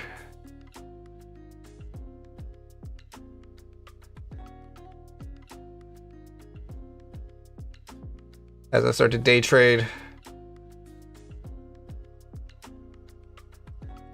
I'm looking for a 900 dip though, so really, let me pull this chart down. I'm looking for 900 pullback right here. I'd like this dip right here at 900s. We'll take a small position and add to it if we're green. If we get that dip, time will tell, but that's what we're looking at right now.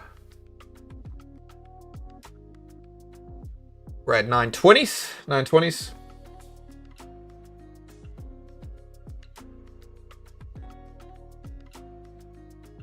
Hey, nice serpent.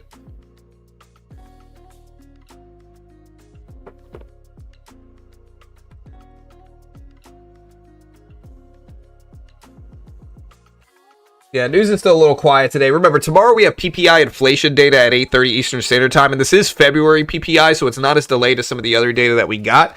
And then we have the FOMC decision at 2 p.m. tomorrow. So again, we have the inflation data that we get tomorrow, 8:30 Eastern Standard Time, and then we get more data coming live at 2 p.m. with the FOMC decision. And specifically in the FOMC decision, we get the summary of economic projections. And so while it is incredibly probable that we are going to pause interest rates tomorrow, we are going to get economic projections by the Fed tomorrow, which can move markets. And then obviously we're going to look at Jerome Powell's tone to see what he's got to say with all this stuff. And so, yeah, stuff's going down tomorrow, and be ready. Be ready. Let me see if I can cut this off so it's only showing. Hold on.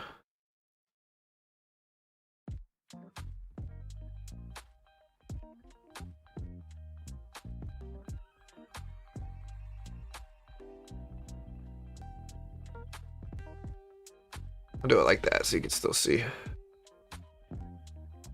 Also, guys, I bought the light here. Let me know which one you guys like here. But I bought a light. Okay, this is probably a little bit cleaner, right? Yeah, I like that better. I can turn on this light. Ah! Good thing I'm not a vampire, dude. This light is freaking bright. Should I leave the light on? Jerome's last meeting is going to be the May meeting, Ron. I think, if there is a May meeting. Let me see. So Jerome's last meeting.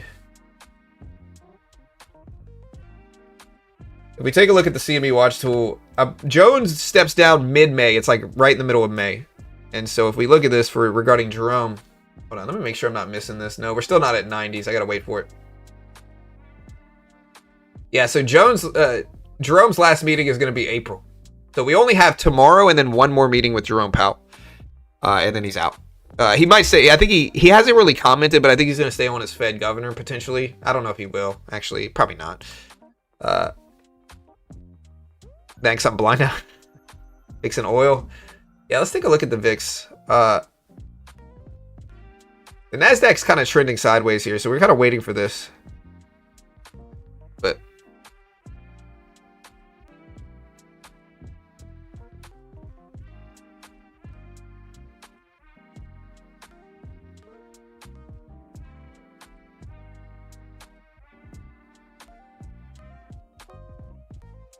yeah, we have some sideways action here. And I am going to be looking for orbs for opening range breakout trades at the opening bell. Here's the sideways chop. We'll see if we get some holds, but we got to wait for the market open. Rumor has it he may sign with Netflix. Yeah, they got Francis. So Netflix got Francis. They got Ronda Rousey versus Gina Carano. I don't know, man. I'm not really super excited. I mean, I'm excited for Francis. Honestly though, here's the problem. I get it, Paramount makes everything free. My issue is that none of the cards are really exciting lately. Maybe it's just lately, but none of the cards have been that good lately.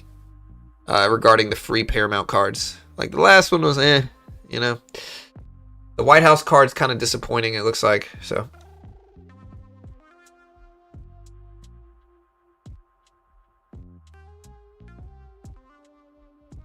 How do you read order flows? Personally with me, like if we look at order flows, like I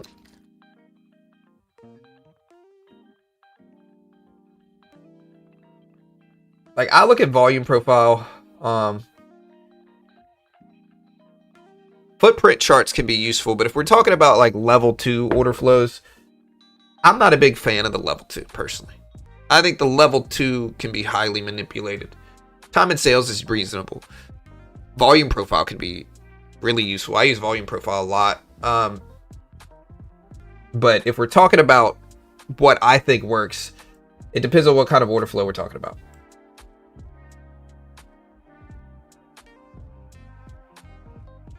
So if we're talking about book map, footprint, those are incredibly useful.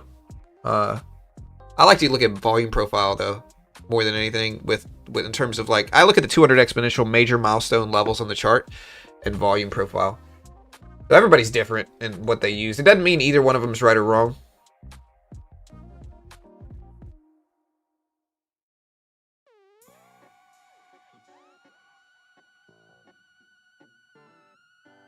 Yeah, Nate Diaz versus Mike Perry. I don't know. I don't know who's going to win that fight either.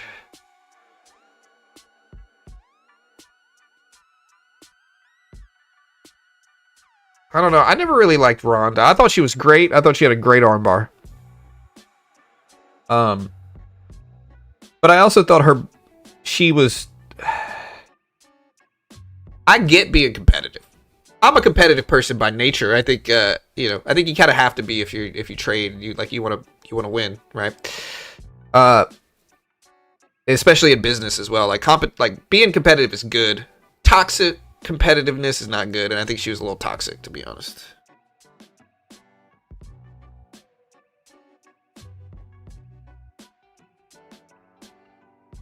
Yeah, her judo throw was legit. All right, guys, I'm still waiting on this 900 level.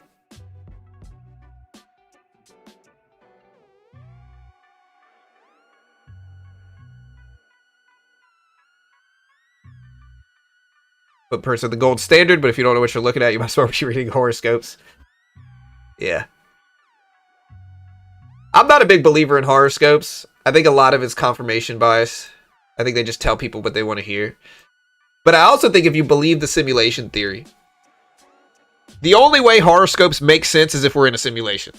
Like, hey, let's make everybody's personalities the day they were born. It's order in the simulation. It's just kind of labeling things. You know? I'm not saying I believe that, right? Outside of that, I think horoscopes are kind of nonsense. I think it's an interesting theory.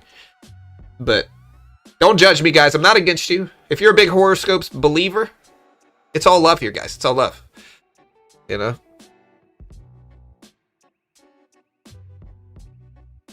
All right, so the NASDAQ still started to push up, testing 940s here.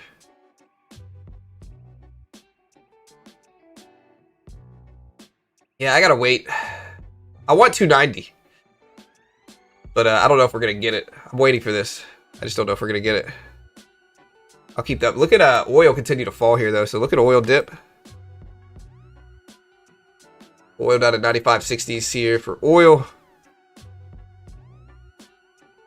When are rate cuts? Whew, I don't think we're getting rate cuts anytime soon. The base case for rate cuts as of now is in September.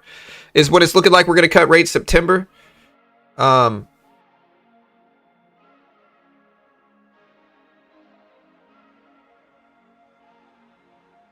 Yeah, September is what it's looking like. Slight favorite of we'll get a 25 basis point rate cut or more by September as of now. Remember, this was June. A month or two ago. Prior to this Iran conflict, it was June or earlier. Now it's looking like we might get a cut before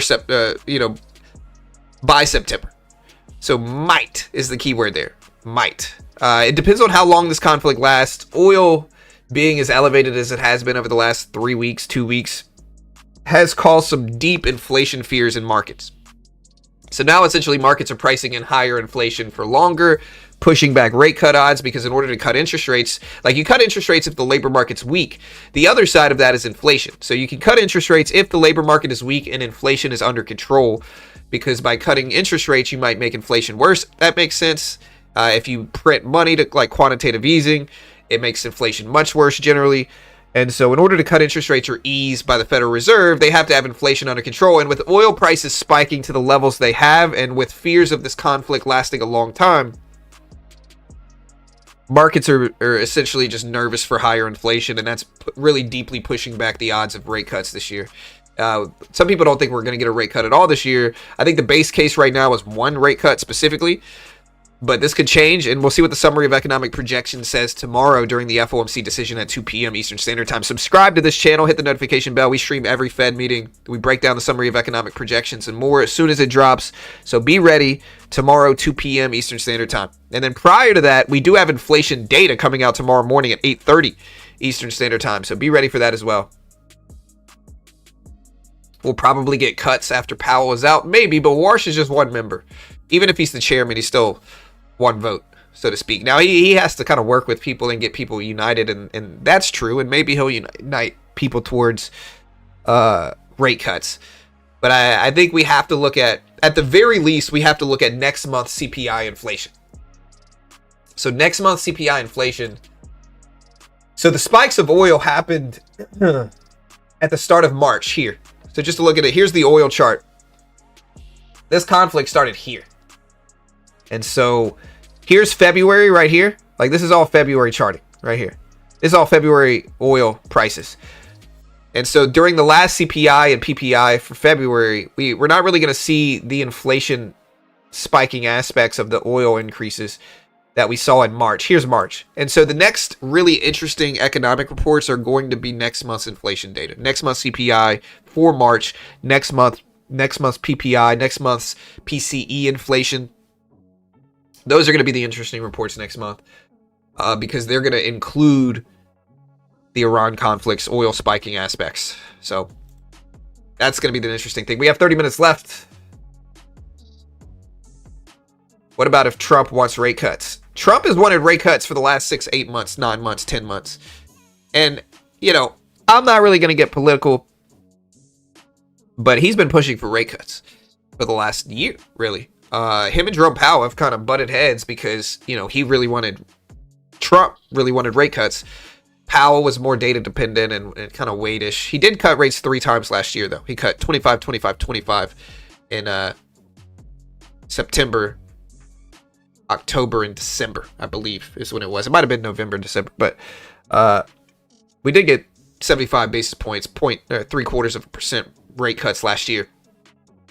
But, you know, now we have the oil crisis to deal with in terms of inflation. And so now we have oil spiking at the levels they are. It's at 95.50s, 95.40s. Brent crude, which is the global standard of crude, is elevated as well. Obviously over 100, about 103 today. So we will see. Is the NASDAQ moving down here? I'm still looking for it now. I'm still looking for 24,900s in the NASDAQ way down here, but we're kind of tightly ranging right now.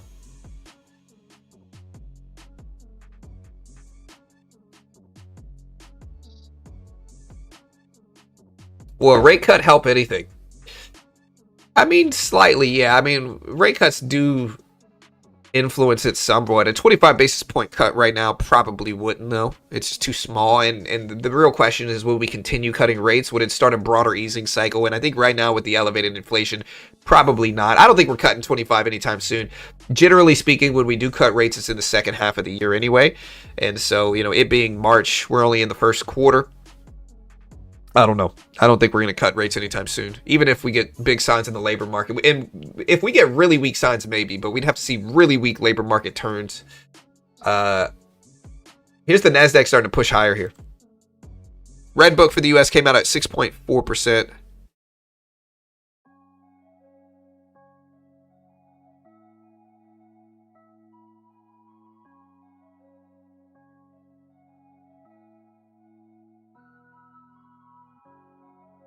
Over half of Americans say healthcare, a week-long vacation, and a new car are unaffordable for ABC. Well, yeah, new cars are unaffordable for a large majority of people. More young and middle-aged Americans are having heart attacks as well, and women are at particular risk, according to the Wall Street Journal. Yeah, the problem, most people finance new cars, and locking yourself in long-term debt's generally not good, you know?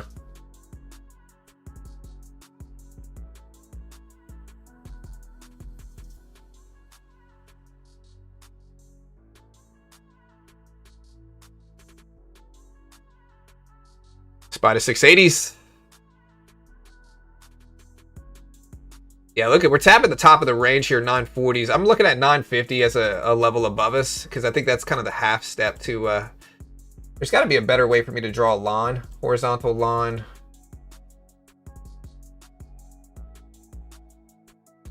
I'm gonna look at 950s. I gotta drag this line a little bit higher, but I'm looking at 950s right here. We just tapped over the recent highs in the NASDAQ. Yeah, I guess it's the high of the day in the NASDAQ. So NASDAQ just broke highs of the day. It's still pushing higher here. Look at this. Is oil still falling down? Yeah, oil's still dipping down. It's under 95s right now for WTI crude. Oil's now under 95s here. So I was waiting for 900s. He didn't quite get it. Every president wants rate cuts. Generally, yes, that's generally true. I mean, every president wants a thriving economy, and so they can see, so they can be like, look at what I have done. Look at my economy now. It's at 4%. Yeah, GDP. Look at the jobs market I'm causing here. And again, look, the playbook by most presidents, regardless of the side. I know this is going to be political, but regardless of the side, it could be the left, it could be the right. The playbook for most presidents is, if the economy is weak and inflation's slowing, which generally happens if the economy's weak, they say, look, we're combating inflation right now, guys. Look at what we're doing to inflation. It's dropping. You know, don't worry about the weakening jobs market. You know, don't worry about that. Look at inflation. Inflation's under control. That's our priority right now. And then if it's on the other end, where inflation's spiking, but GDP's growing drastically and jobs are super strong, they're not going to talk about inflation at all. They're going to say, look at these job numbers, guys. Look at what we're doing to the U.S. economy. Thriving, you know. That's their playbook. Both sides do this, of course. I mean, I get it. I would probably do it too if I was the president. If I was the president, I'm promising low inflation and Strong jobs, guys. Listen.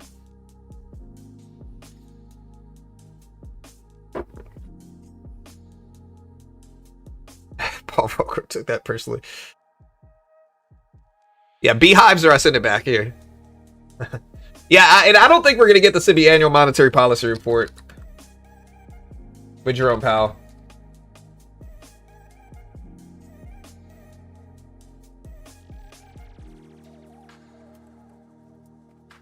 I think we're skipping the first one.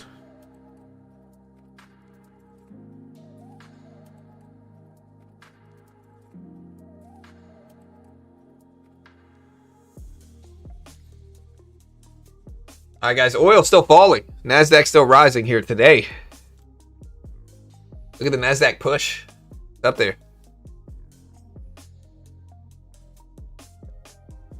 I vote for John as president. The real issue is with the two-party system. You know? What a do-nothing day yesterday? I don't know. We had GTC event. Dividend Dynamo. We had GTC yesterday.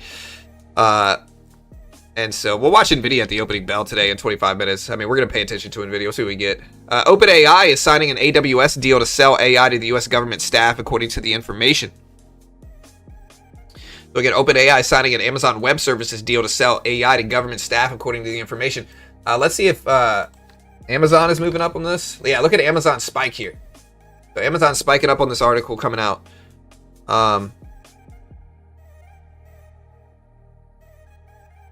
Yeah, OpenAI signs AWS deal to sell AI U.S. government staff, according to the information. So this is boosting Amazon. I'll put this up in the breaking news category here, but this is boosting Amazon.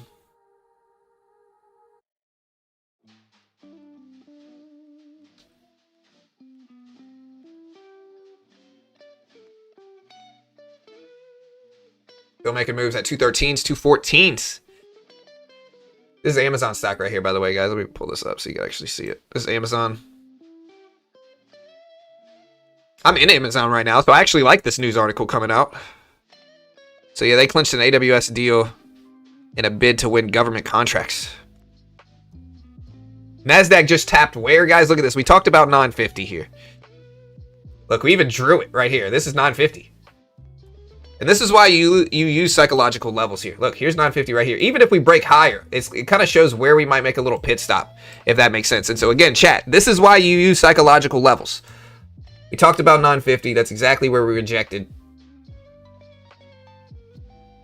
And yeah.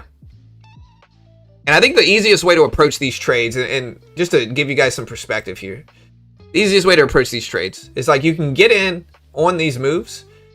If it cleanly breaks over it, you can just cut it most of the time. Again, not investment advice, not professional investment advice. We're not liable if you lose, not liable for anything. Don't copy me. But you can get in on this short, and then if it ends up ripping past it, you can just cut it. It's easy. You can hold it break even here, so you'd be a little bit in green, and then if it breaks over, you can give it a little bit of room and cut it break even. And then if it continues to break down to my other level at 24,900, you can ride a longer term profitable trade and get out mostly flat if it doesn't work. I think that's the right way to approach it. Getting yourself in situations where you're either going to break in or make money is the ideal trading scenario. The ideal trading scenario.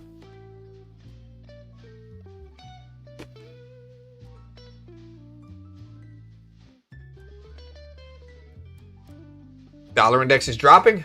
Yeah, and I probably would have had to cut it here. But the point is, you get into good trading situations. Oil.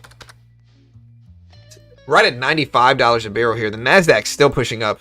And again, this is Google is now technically green on the day. Amazon is up to 214s. Meta is at 627s, almost green on the day. How's PayPal doing? I'm in PayPal. It's not really moving. Am I green or... Yeah, I'm green on the day. Amazon helping me out. Nike helping me out also. Are y'all speculating on what I would do if I was president?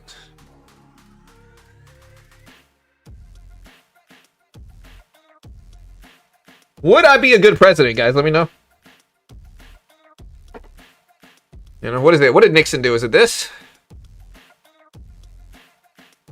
Oil still breaking down. Look at oil rejecting under 95 a barrel now. stabilizing a little bit. NASDAQ is pushing higher here.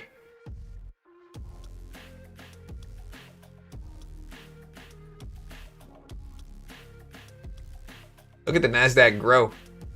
This Nvidia related as well. I know it's Amazon related to a certain extent. Yeah, Nvidia. Creep it up here. Look at the Nvidia chart right here.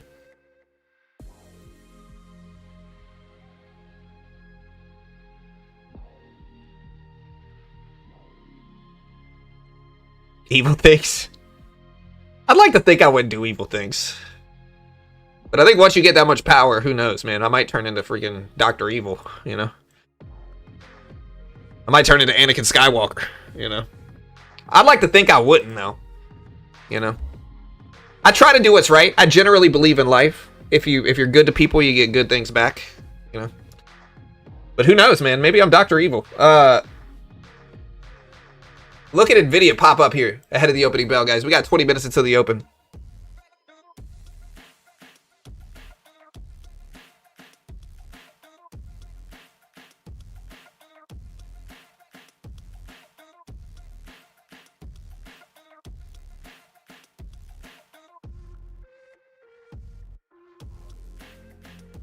You said 900s? I said I was looking for 900 pullback.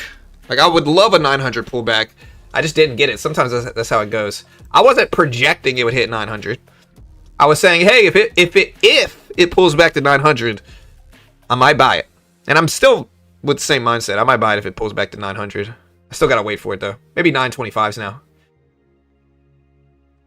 John is more of an Obi-Wan. I believe that. Free trades for everyone. That's right.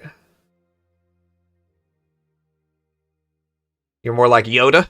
I believe that. I definitely look more like Yoda, right?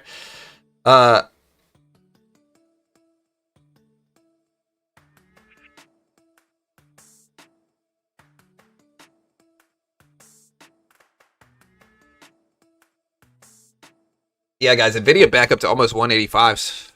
Let's see if it holds.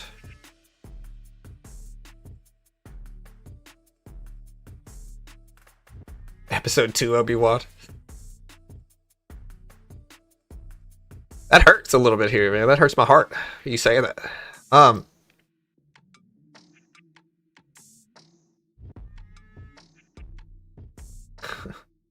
What about? We're trying here, guys. We're trying. Ugh.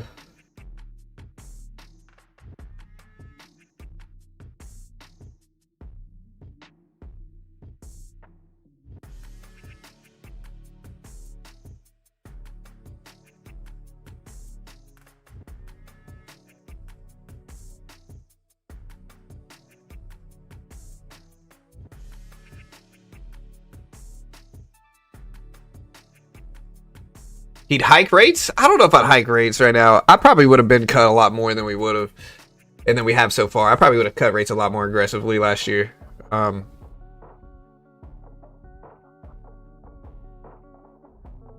know, I cover all the economic data. So last year I did see all the weakening labor data that we got. And so, realistically, I'm to be honest, and I'm not making this political, guys. Look, I'm not against you. If you don't like Warsh, I'm not against you. Okay? But I do agree with Warsh's general stance in regards to how... Look at the NASDAQ still pushing here. Nvidia pushing higher. NASDAQ pushing higher. I do believe in Warsh's general stance that I'm pro rate cut against quantitative easing and money printing. And so rate cuts are fine. QE is not fine right now with all the inflation risks. That's kind of my... I really am like that. That's, you know... I think that makes the most sense right now with all the risks that we have and the stagflation risks and everything like that. I think we can probably cut rates, but I also think that I don't want us to start printing because that's going to make things a lot worse. So I generally agree with that. And I'm not political, you know, like everybody likes to make this like if I agree with that, I must be super pro-president or whatever. And I'm pretty neutral on all that stuff. I'm just fearing inflation as well as labor. And I think there has to be something we can do about it. And so...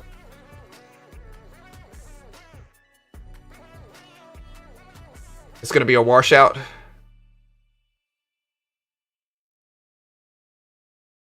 Whenever John runs out of something to say. Well, I mean, I think it's my job to cover what the NASDAQ is. NASDAQ's pushing higher here. Usually I say, let's look at the NASDAQ if the NASDAQ's breaking highs, which it is.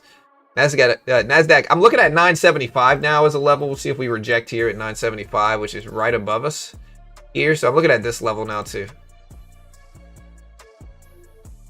Can I make these a little bit larger levels? Is there a way to make this more profound level?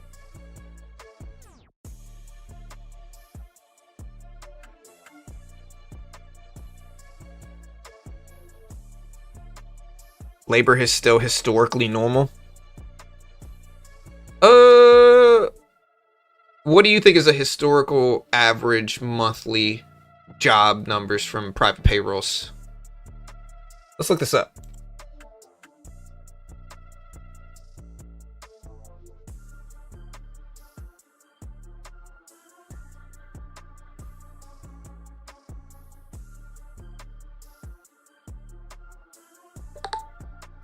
Okay, so yeah, non-farm payrolls in the United States averaged 123,000 from 1939 until 2026.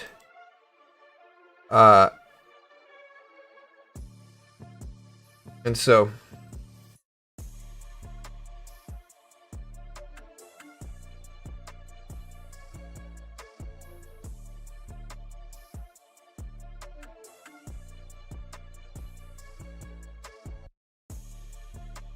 yeah, so 130K.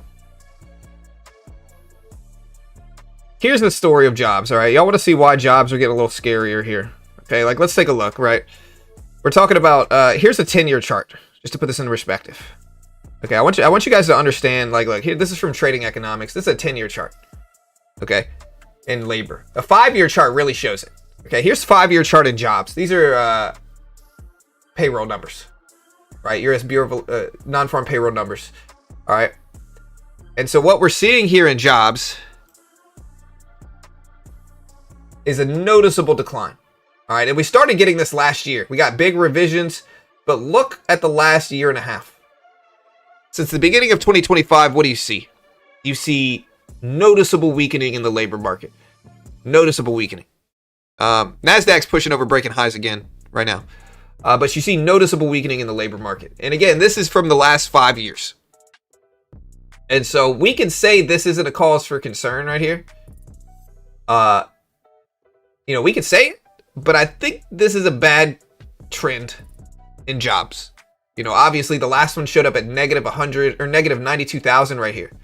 So this last report showed negative 92,000 jobs, negative 92K. That's not good, chat. That's not good. And again, at a certain point, it means we're trending towards a recession potentially. GDP came in about 50% of what was expected for quarter 4 GDP as well for the second estimate or the first revision number. Showed up at 0.7% versus 1.4% expected. Job numbers showed negative numbers last time. And this is after big revisions last year and, you know, again, negative 92K. And so since 2025, we've seen some bad numbers for jobs. You know, again, I remember covering jobs when they were super hot, you know, but we've seen some bad numbers, unfortunately.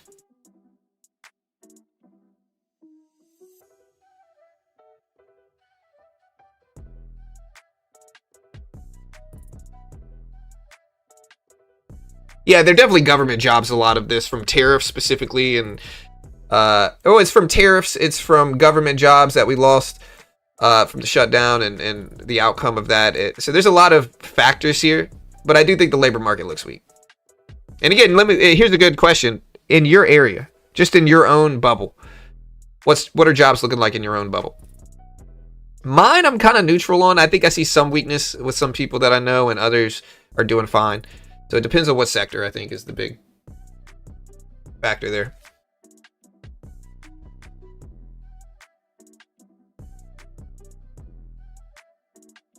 I think we're seeing AI changes here. And going back to this story, look at the NASDAQ still flying higher here. Look at this. NASDAQ is just not stopping this morning, guys. Oil. Nvidia is ripping up. Nvidia's at 185s, and oil is falling down. It's under $95 a barrel. So we're seeing some stabilization in oil. We're seeing some stabilization. And the inflation worries, and the NASDAQ, Nvidia are running up. Going back into this, guys, with GTC yesterday, you know, we could look at Nvidia because it's one of the reasons the market is rising here. Look at Nvidia. Kind of a U-shaped recovery.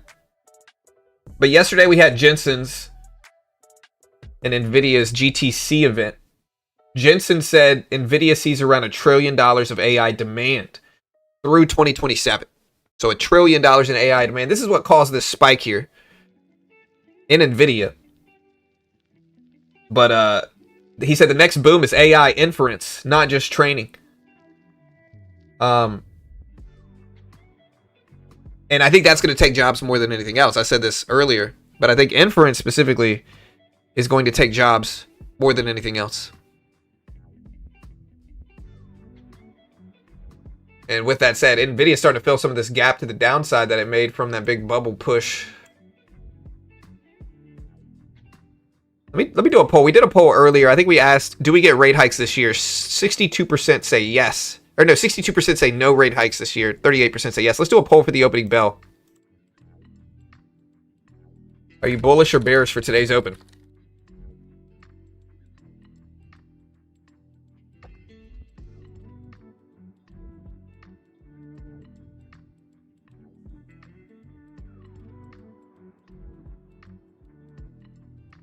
I don't know, John. I talk to people that have too much money. I can't comment on the job market here in Michigan. However, I see people struggling in grocery stores. Yeah, I mean, I kind of get it, but...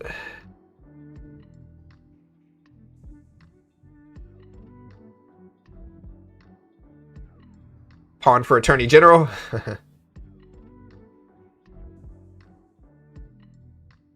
Yeah, Nvidia filling some of this gap on the upside, and the NASDAQ continues here. Look at the NASDAQ, guys. 25,000 is right here. I will take a trade at 25K, though. Like, we're going to take a trade short at 25K. It's a risky trade, but I just want to see if that 25,000 level rejects us fast. If the market rejects 25K. We tapped it. It's a very small trade here, but... There we go. Like half off there.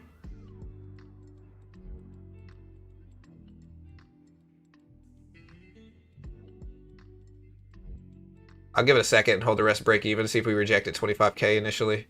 The problem is the momentum's strong, so we might just burst past it.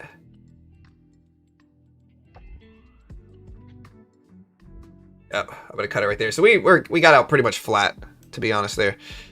But we're watching 25K.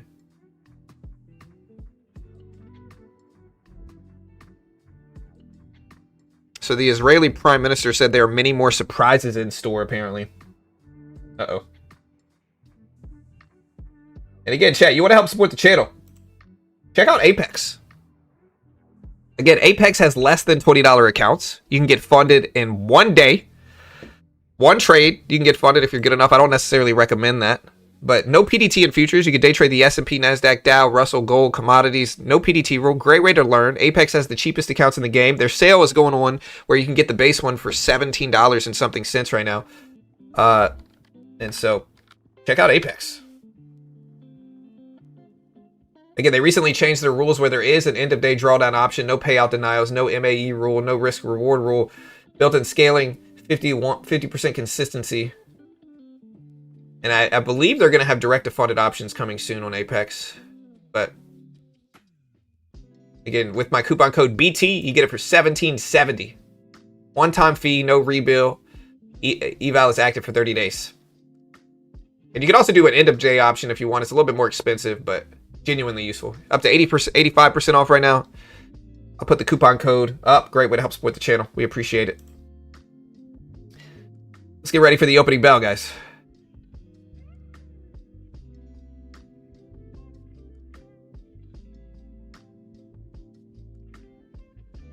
There's the link right there in chat if you want to check it out.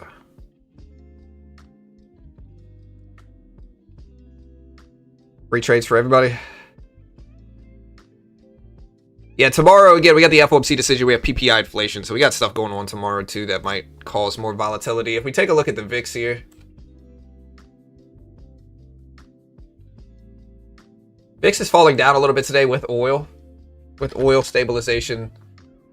Volatility is going down some today. But maybe the opening bell will wake this up. Again, Nvidia is volatile, or not volatile, but Nvidia is moving up ahead of the opening bell. And so there's a chance that we get some deeper reactions to the Nvidia GTC conference we had yesterday at the opening bell today. So QCOM also approved a 20 billion buyback and boosted their dividend.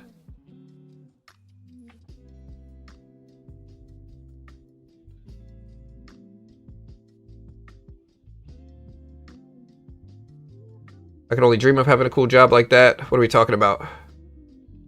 What kind of job?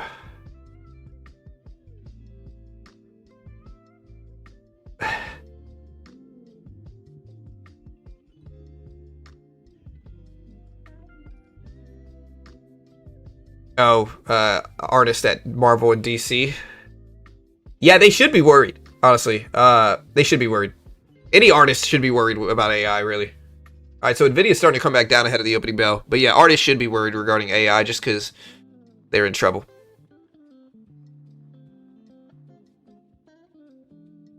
You know, even like tattoo artists.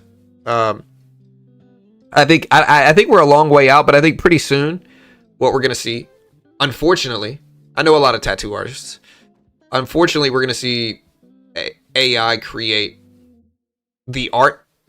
First, we're going to see AI create the artwork for tattoos, and then we're going to have the tattoo artists that actually do the artwork on the person, that actually tattoo it on the person. But eventually, what we're going to see is tattoo machines that do it automatically without people. I think we're a little bit farther away from that, but I think that's something that we're obviously going to inevitably see. Yeah, robots tattooing. Yep. Well, the keynote speech, yeah, GTC's all week, but the keynote was yesterday. NASDAQ's still pushing higher here, though. Look at the NASDAQ jump. NASDAQ is now over 25,000 here. We've taken a couple trades, but we're mostly flat on the day. We'll see if this continues.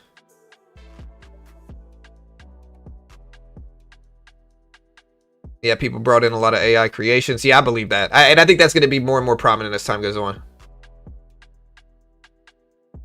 AI can replace my P&L today, Lunar. I believe AI is going to replace John and his P&L. It can replace it today, brother. I'm for it. Let it replace me today. So yeah, let it do it.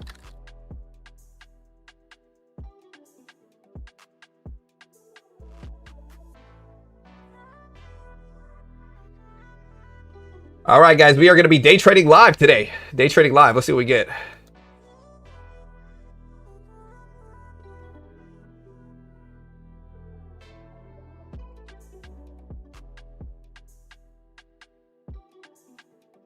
Yeah, NASDAQ. Is oil climbing? I don't know. Let's take a look at oil here. I don't think it's a climb. I think it's a downward trend on oil. You know, kind of like this type of trend. I kind of missed the bottom half of it, but I think that's the trend we're seeing right now in oil. Doesn't mean it's not going to make moves at the opening bell, but the market on open should be happening pretty soon here as well. So we should get the MOO data soon.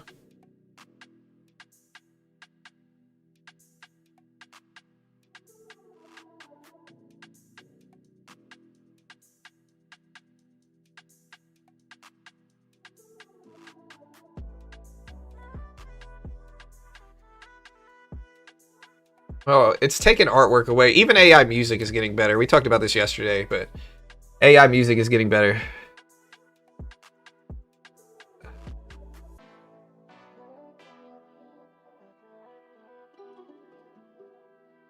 Oh, Tiny, my ghost trades are terrible. I'm 0 for 3 so far. It's alright, it happens.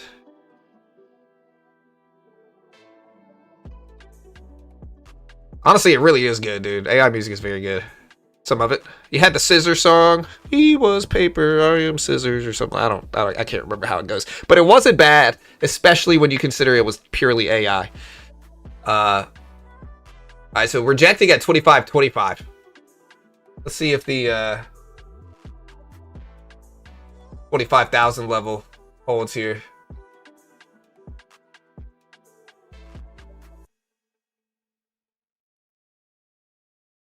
$25K. All right, guys. 3 minutes into the opening bell, chat. 3 minutes. Nvidia. 185s.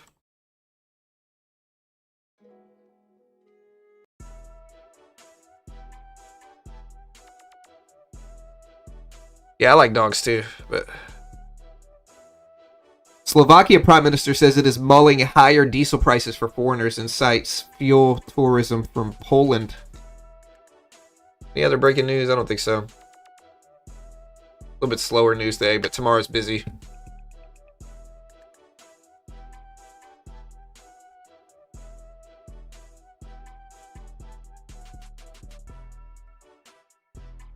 What chart do you guys want to have up at the opening bell, guys? Let me know. What chart should we have up? Can you sing more of it, please? You gotta pay me, sir. No, I'm just joking. Don't send me a donation. I'm not singing regardless of it. I can't sing.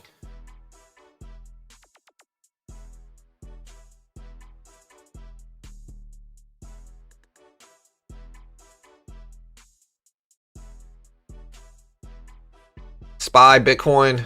Here comes the rug pull. This is the only YouTube channel I'm watching. Dow Jones. Yeah, look at the Dow here. Dow is up too, man. I mean, it's not back up over 50K, but the Dow's trying to get back up there. Nasdaq and oil. Yeah, that's what I usually look at the opening bell. I'll put one broad index and oil up most likely to start it, and then we'll leave the trade evade profit thing right here so you can see if I get into any trades. It's probably what we're gonna do. But yeah, oil under $95 a barrel for WTI crude. Still green on the day slightly for oil, but it's getting really close to that previous closing price down here, so it's almost red. All right, guys, less than a minute before the opening bell. We got 45 seconds.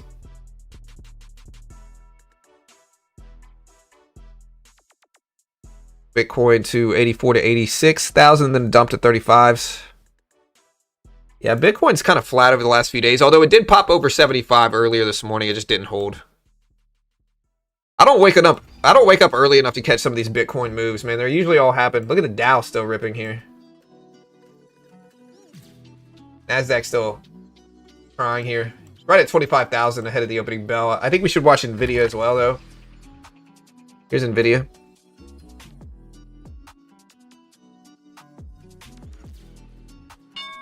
All right, guys, there's the opening bell. If that was late on your chart, number one, look at Nvidia dip. Whoa. Look at Nvidia dip. Oil's not really moving here. I want to put the Nasdaq up. Nasdaq just dipped well under 25,000. Nvidia just filled basically 3/4 of the entire gap up it made in pre-market. It's a little bit of a riskier open here, maybe. Look at the drop in Nvidia. I'm sure it's pulling the Nasdaq down. Yeah, look at the Nasdaq on the right. Nvidia just filled the gap. It's almost flat on the day now.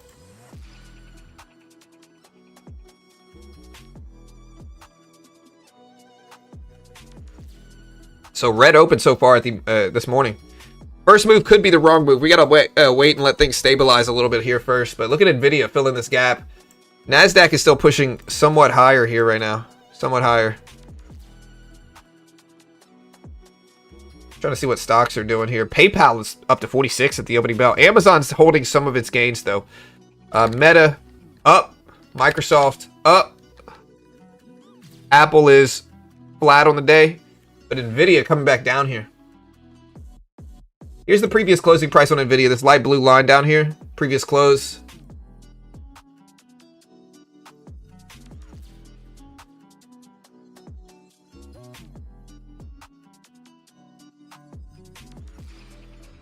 Nasdaq is very flat to start the day here. Very, very flat.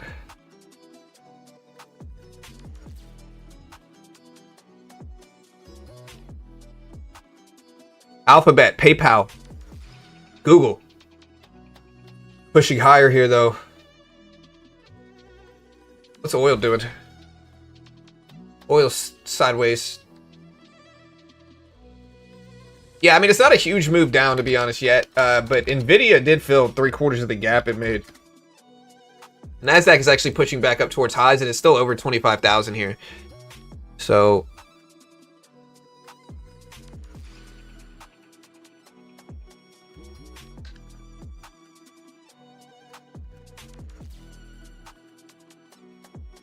yeah, 25.30s here on the Nasdaq. Just broke highs of the day again. Nasdaq up to 25.40.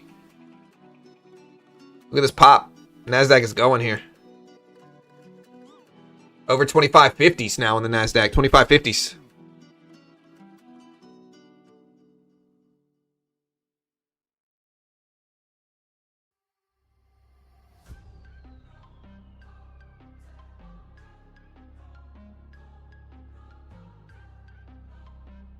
Nasdaq over 25 fives. Nvidia at 183 still filling some of the gap.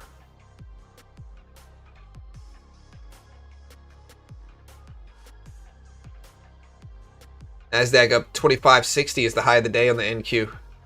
I gotta wait a little while. We're looking for an opening range breakout here, but you could also look at the pre-market range ahead of it and get a little breakout trade there. It's too early though. I gotta wait and let things settle first. But we got a big opening move here in the first 3 minutes so far.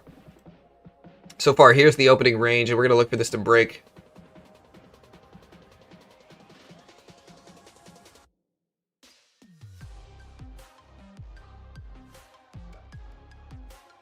Bitcoin almost back up to 74,000. Green since the opening.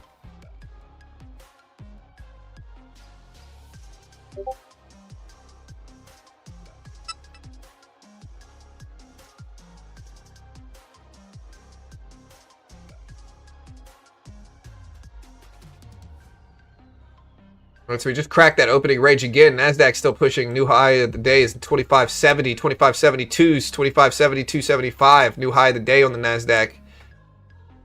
Still pushing here.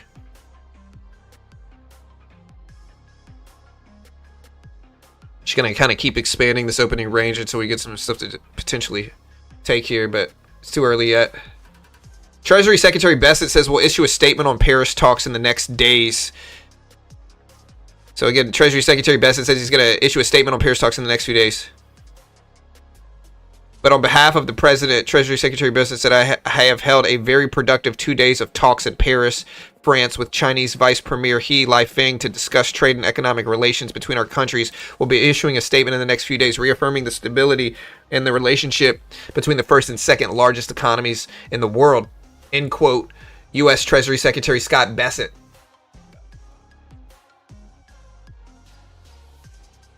Nvidia is down some.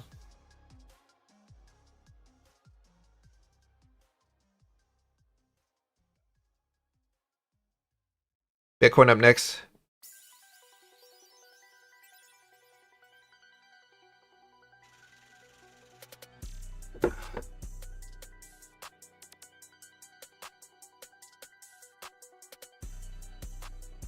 Bitcoin up next. Everything has had its run. Gold, silver, oil. We'll see, friend. Crypto is resilient. Yeah, I'm looking at this opening range here, guys. I have to wait, though. We're about 5 minutes into the day. So maybe we'll get a little 5-minute opening range breakout. But look at Nvidia start to pop back up. So Nvidia on this left side here is starting to head higher. Over the volume weighted average price, over 184s, over the 200 exponential on Nvidia. So we'll see if that drags. Nvidia being the most heavily weighted stock in the market, especially on the Nasdaq, I think. I don't know. We just got rejected here on Nvidia, so the Nasdaq could fall back down unless other stocks start rallying. PayPal up to 46s today. I don't know why it's up so much. Yeah, we're very green on the day as well here.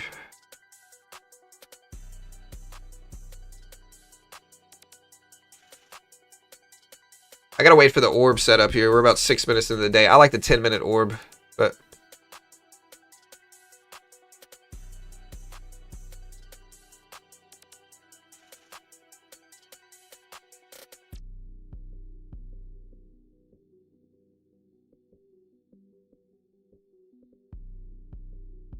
yeah, I'm looking at a 10-minute orb.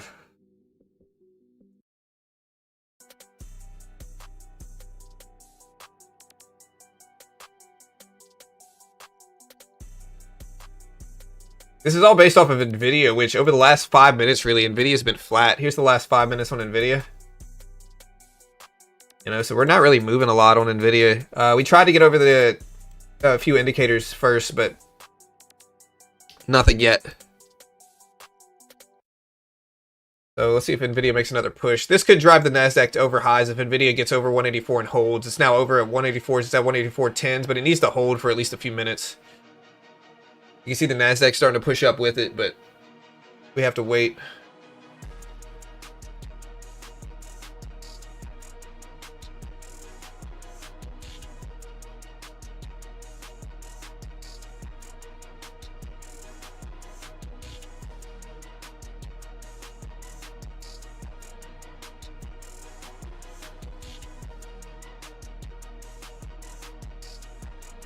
No, I just got rejected at 184s again.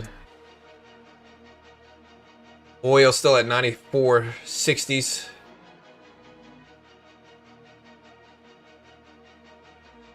Dow's up to almost 47,800s, 47,700s now.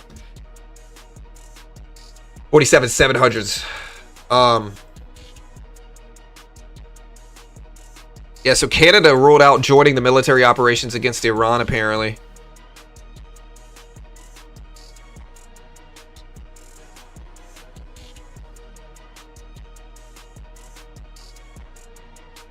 Nvidia back over 184s again. Let's see if it holds for a few minutes. But yeah, there's the NASDAQ. Just broke highs of the day. Got up to 25.75. Still pretty flat.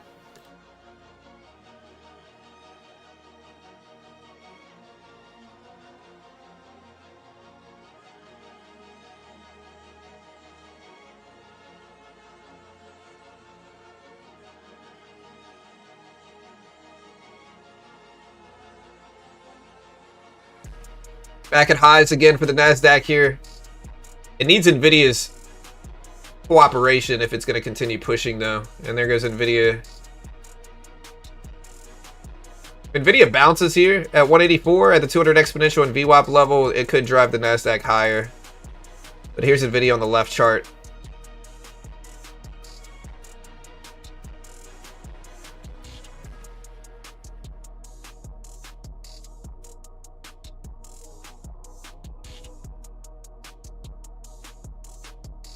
Bitcoin's trying. You guys red or green since the opening bell? We're about 10 minutes into the day. I haven't really traded yet. I have to just kind of sit tight.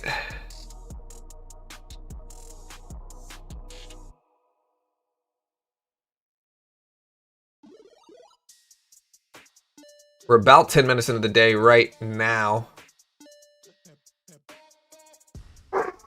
Nvidia back down here.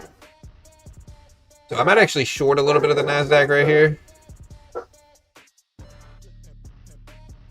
See if Nvidia starts to fade back down. But I'll give it a second.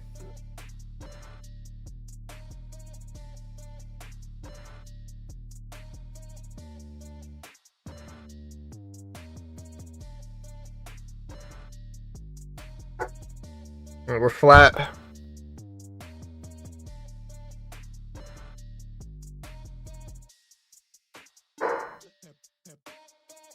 All right, we're green.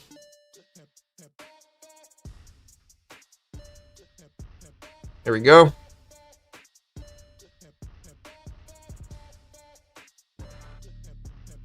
I'm going to add to this now. See if we keep breaking down here. I can hold this close to break even. If we break. Ah, we started to break.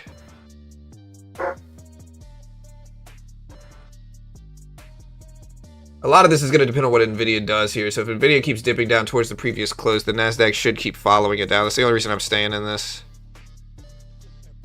But it's going to depend on what Nvidia does right here. Nvidia getting rejected. There we go.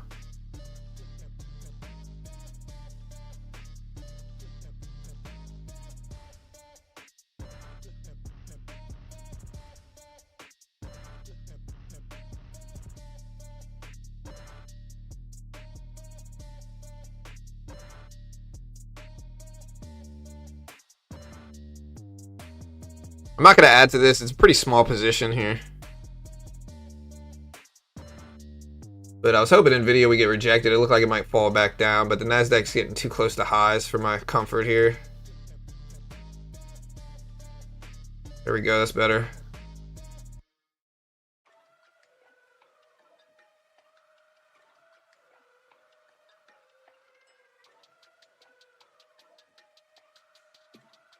I'm going to get out about half of this position just to protect it. We're too close to highs. I might maybe let the other one work, but Nvidia did start jumping here. So I'm probably going to cut this out. I'll wait. I think it made sense if Nvidia continues to break down and retest these lows, but now Nvidia's starting to push up. I don't want to get stuck in a rebound on Nvidia. Although Nvidia does kind of look like a shorter term head and shoulders here. If you look at the head, shoulder, shoulder. Very short term 1 minute one, so maybe it'll break down, but...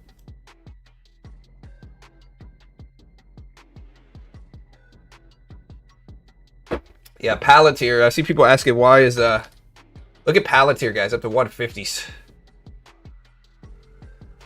We already had data early this morning. The big data that drops is tomorrow. Tomorrow's data might move shit. Stuff. Sorry, did I curse? I did curse. I don't really curse. I try not to. I curse like a sailor when the stream's not going. But, you know, we're family friendly here.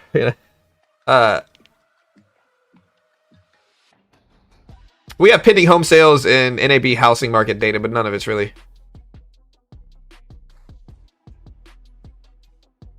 Look at Palantir rip.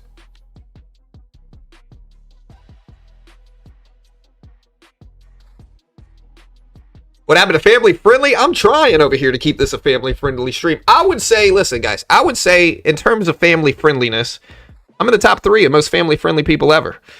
Only when I'm streaming, though. When I'm not streaming, it goes south really quick. But okay, so U.S. Director of National Counterterrorism Center Kent has resigned from his role over the war with Iran.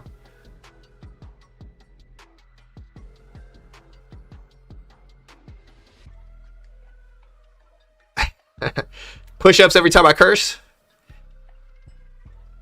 Shit. Yeah.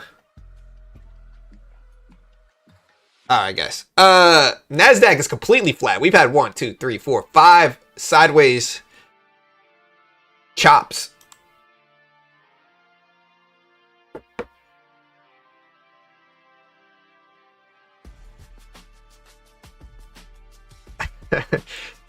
Yeah, my son asked me the other day, this was a while back actually, my son asked me if I could give him one get out of jail free card in regards to that. And I gave him one. His mom wasn't around, so I was like, okay, dude, like I've never heard you curse before. You got one. And I was like, so make it good. I can't remember what he said. I'm trying to think about what he said.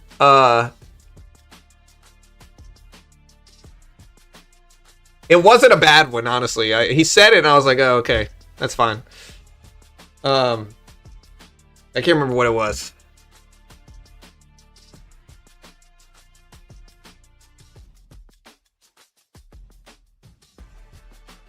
Yeah, here's the NASDAQ getting very close to highs. Nvidia back over 184s. We just tapped over highs of the day at 2580. 2580.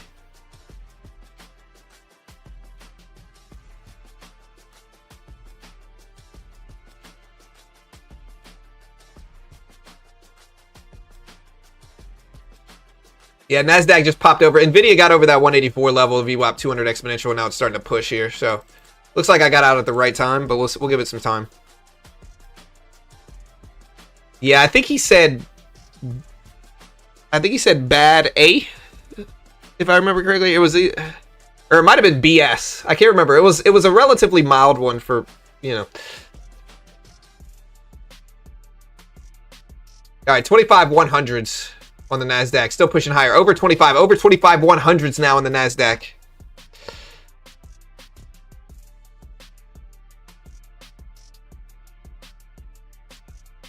I just remember when I was my son's age, dude. If my parents weren't around, oh, dude, I was cursing up a storm, you know. Almost too much. Like, you look back on it, I was like, why was I doing this? Like, I was saying words, I didn't even know what they meant back then. I'm just kind of spewing nonsense, trying to look cool in front of my friends. NASDAQ's still up. It's at 112s here, 112s. I should have gone long. I don't know why I didn't.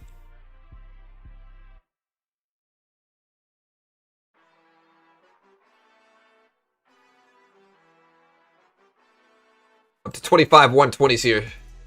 We got the break. If we get a dip down here, we got the break. If we get a dip down to 75, I will take that. Maybe 50. Ideally, I'd like 50. But if we get 75, I might jump in small and then maybe add more if we get down to 50 here on this account. But we need a pullback. We're pushing up a little bit too much here. Also, UK Chancellor Reeve says the Iran conflict is likely to put upward pressure on inflation in the months to come.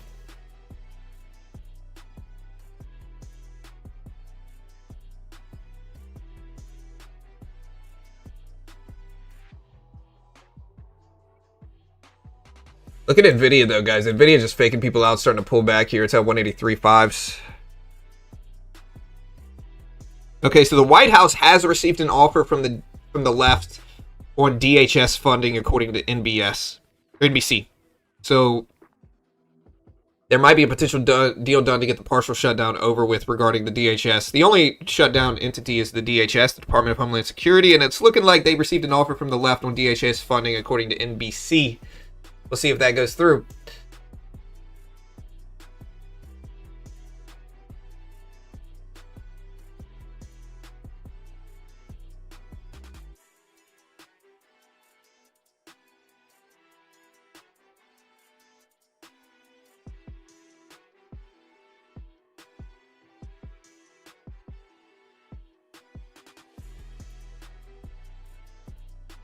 Yeah, I need to pull back to 50 or 75 here. We just don't have it yet.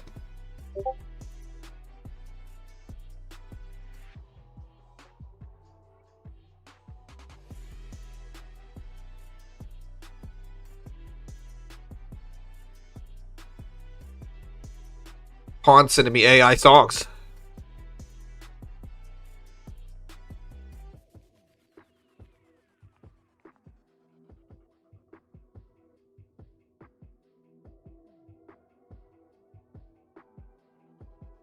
All right, guys.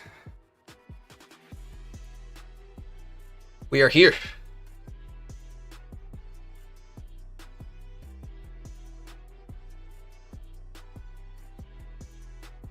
Any reason you prefer the NASDAQ over the Dow and the E-mini? Because it reacts more to tech, and tech markets are what I watch more heavily in regards to stocks. NASDAQ's also more volatile. It gives you more range. Although some would say the S&P is a little bit more stable in terms of futures contracts. But yeah, the Dow is interesting as well. I just kind of follow the NASDAQ just because it's the more volatile symbol, really.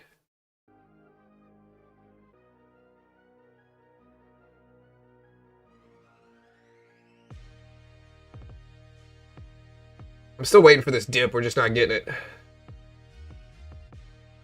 I have to look at my stock portfolio here as well, though. We're very green on the day.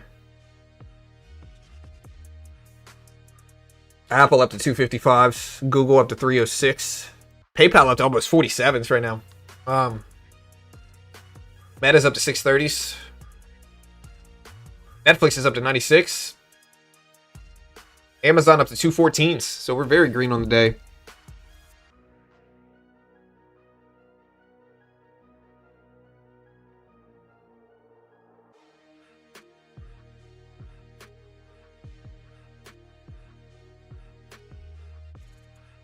Yeah, I'm just sitting around waiting for my trades here, guys.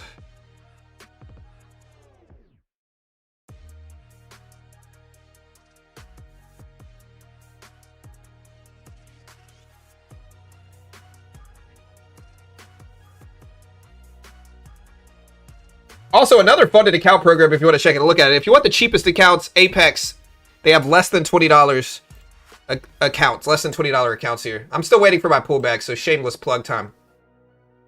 Less than $20, you can get the base one here. If you want the intraday trail, you can get it for $17.70 with my coupon code BT. $17.70. I think the sale ends on the 19th, so the day after tomorrow on Thursday. If you want the end of day trail, you can get it for 26.5s, and they recently updated everything. I think they're going to have direct to funded options soon. End of day drawdown, no payout denials, no MAE risk, no 5-1 risk reward rule, built-in scaling, and more. And so again, you can use coupon code BT. You want to help support the channel there. You can also check out Lucid. And the good thing about Lucid here is that they have some of the most relaxed rules in the game on Lucid. Right, some of the most relaxed rules. They do have direct to funded options here. You can get a direct to funded option on Lucid.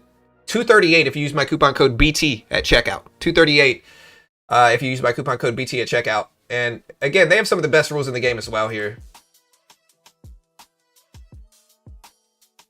Your profit target on the base one here, this 25K one, is only $12.50, and the max loss is 1,000. So a little bit better ratio too, in some ways on Lucid. So useful here. I'll put the link up for Lucid if you want to help support the channel as well. I appreciate the love. Thanks so much. We are waiting for a pullback here. We got a little bit of one. I'm going to look for 75, but I might take 50 as well, and we might kind of scale in. So give me a second. We are getting a dip right now. I need 75 maybe, though. I'd prefer 75.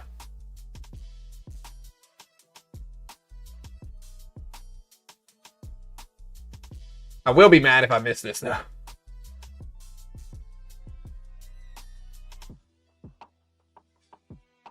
All right, we got 85s. 85s. Here's the Lucid account right here. Check it out. There it is. Pin this one to the top of the chat now if you want to help support the channel. You can also get the Apex one in the description. I'll put the Lucid one up in here too. They're an affiliate of mine. I'm biased, of course. I get paid by them. Where did we go? We went down to 80. Not quite 75. I still gotta wait. I think I have to be patient. And if I miss the trades, I miss the trades. But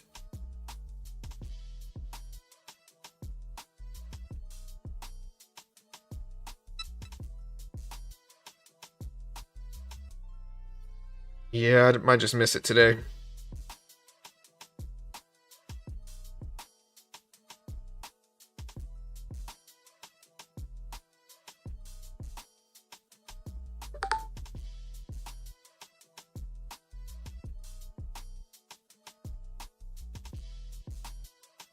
All right, look at Nvidia though. Nvidia's trying to go red on the day right now.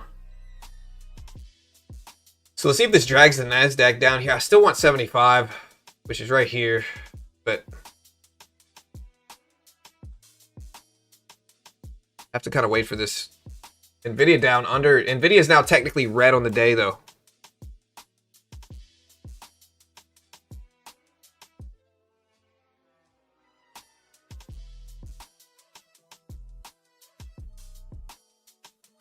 Yeah, Nvidia just went red on the day. Nvidia earnings already happened, so they're not for another quarter. They happened, what, like 3 weeks ago? A month ago? I think they happened like mid-February, if I remember.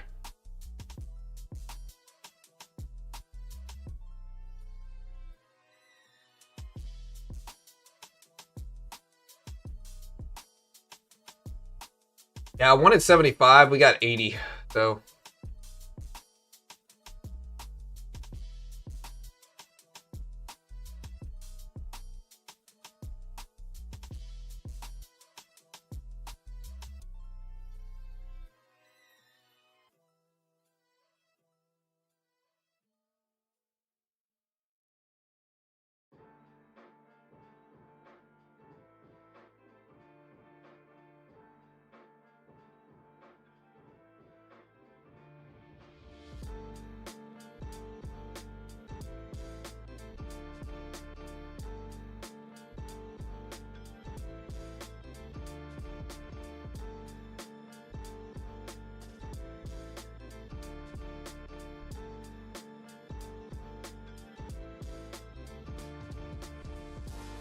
Yeah, I mean, I see it respecting 80 for sure. I'm looking at 75, but I might miss it. And it's all good if I do. I mean, it's how it goes sometimes.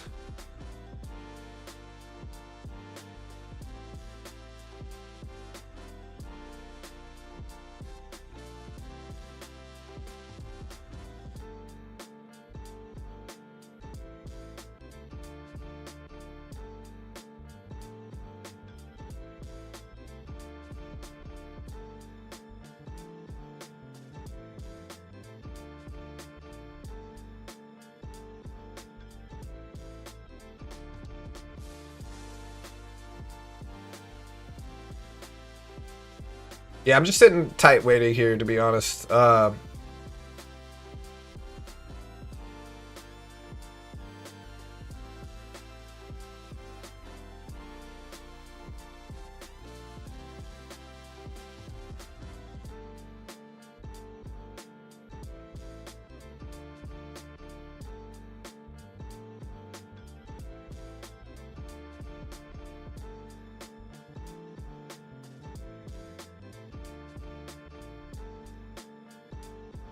Yeah, we're back down to 95s. Like I said, if we come back down here, I might look for 50, to be honest. I just need enough meat on the move to justify a pullback. So.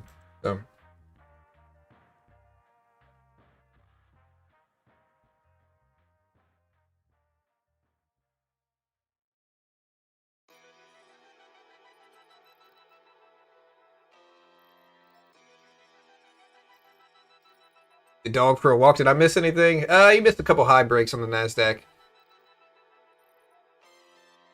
Video looks like it's trying to hold here, though. All right, there's 90 for the Nasdaq. Wait, where did my window go? I thought I had it up.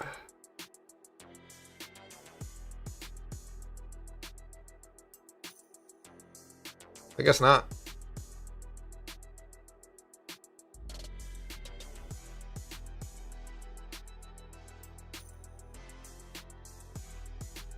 Right, Nvidia's starting to flush.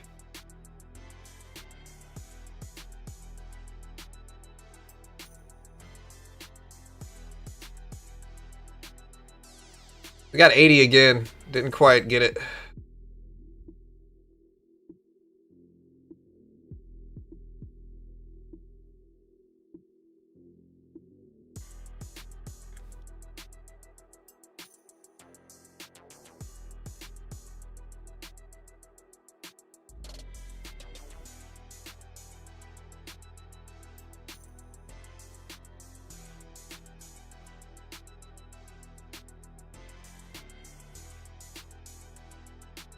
$78.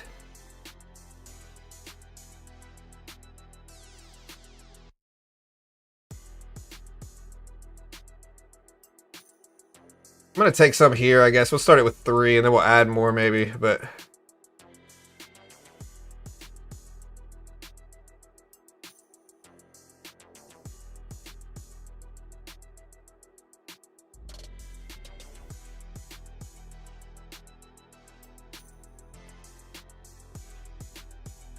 have to add more here. A lot of it's gonna depend on if Nvidia rejects right here. We're here, but a lot of it's going to depend on if Nvidia pulls back.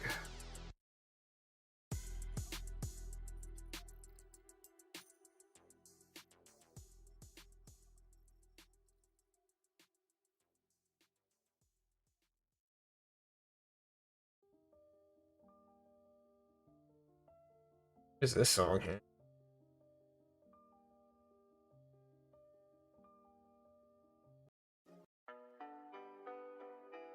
Okay, so we've popped up a lot.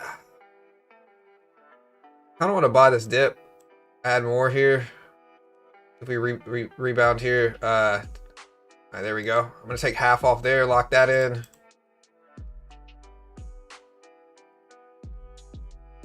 Give it some time to retest highs. Cover the rest close to flat if I can, but too much chopping. We are ahead of the Fed meeting and PPI inflation tomorrow, and it's February PPI. The last PPI report was negative. So PPI is not small tomorrow.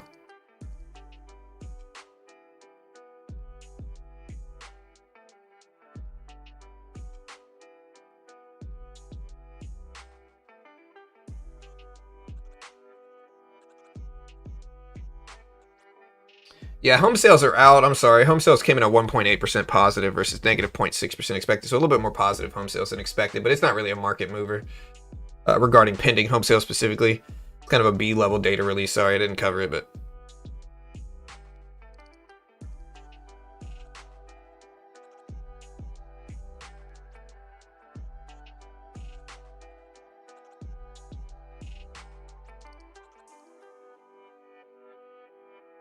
market's just not really moving over the last 15, 20 minutes here. We're past 10.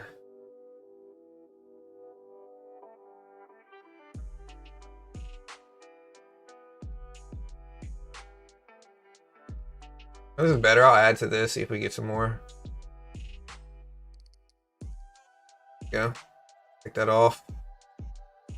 If you start pushing towards highs.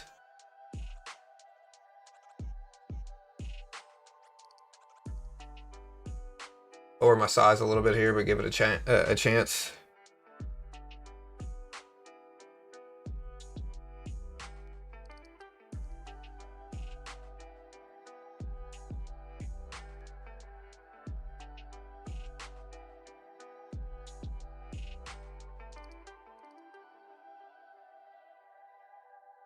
We're trying to take this, but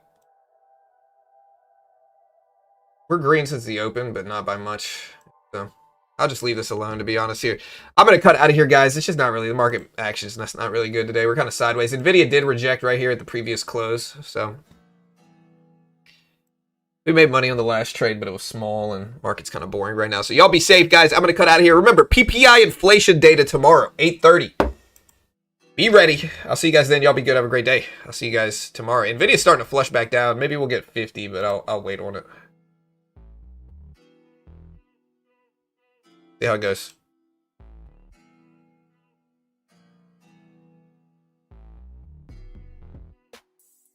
Yeah, PPI inflation, 8:30 tomorrow. Be ready.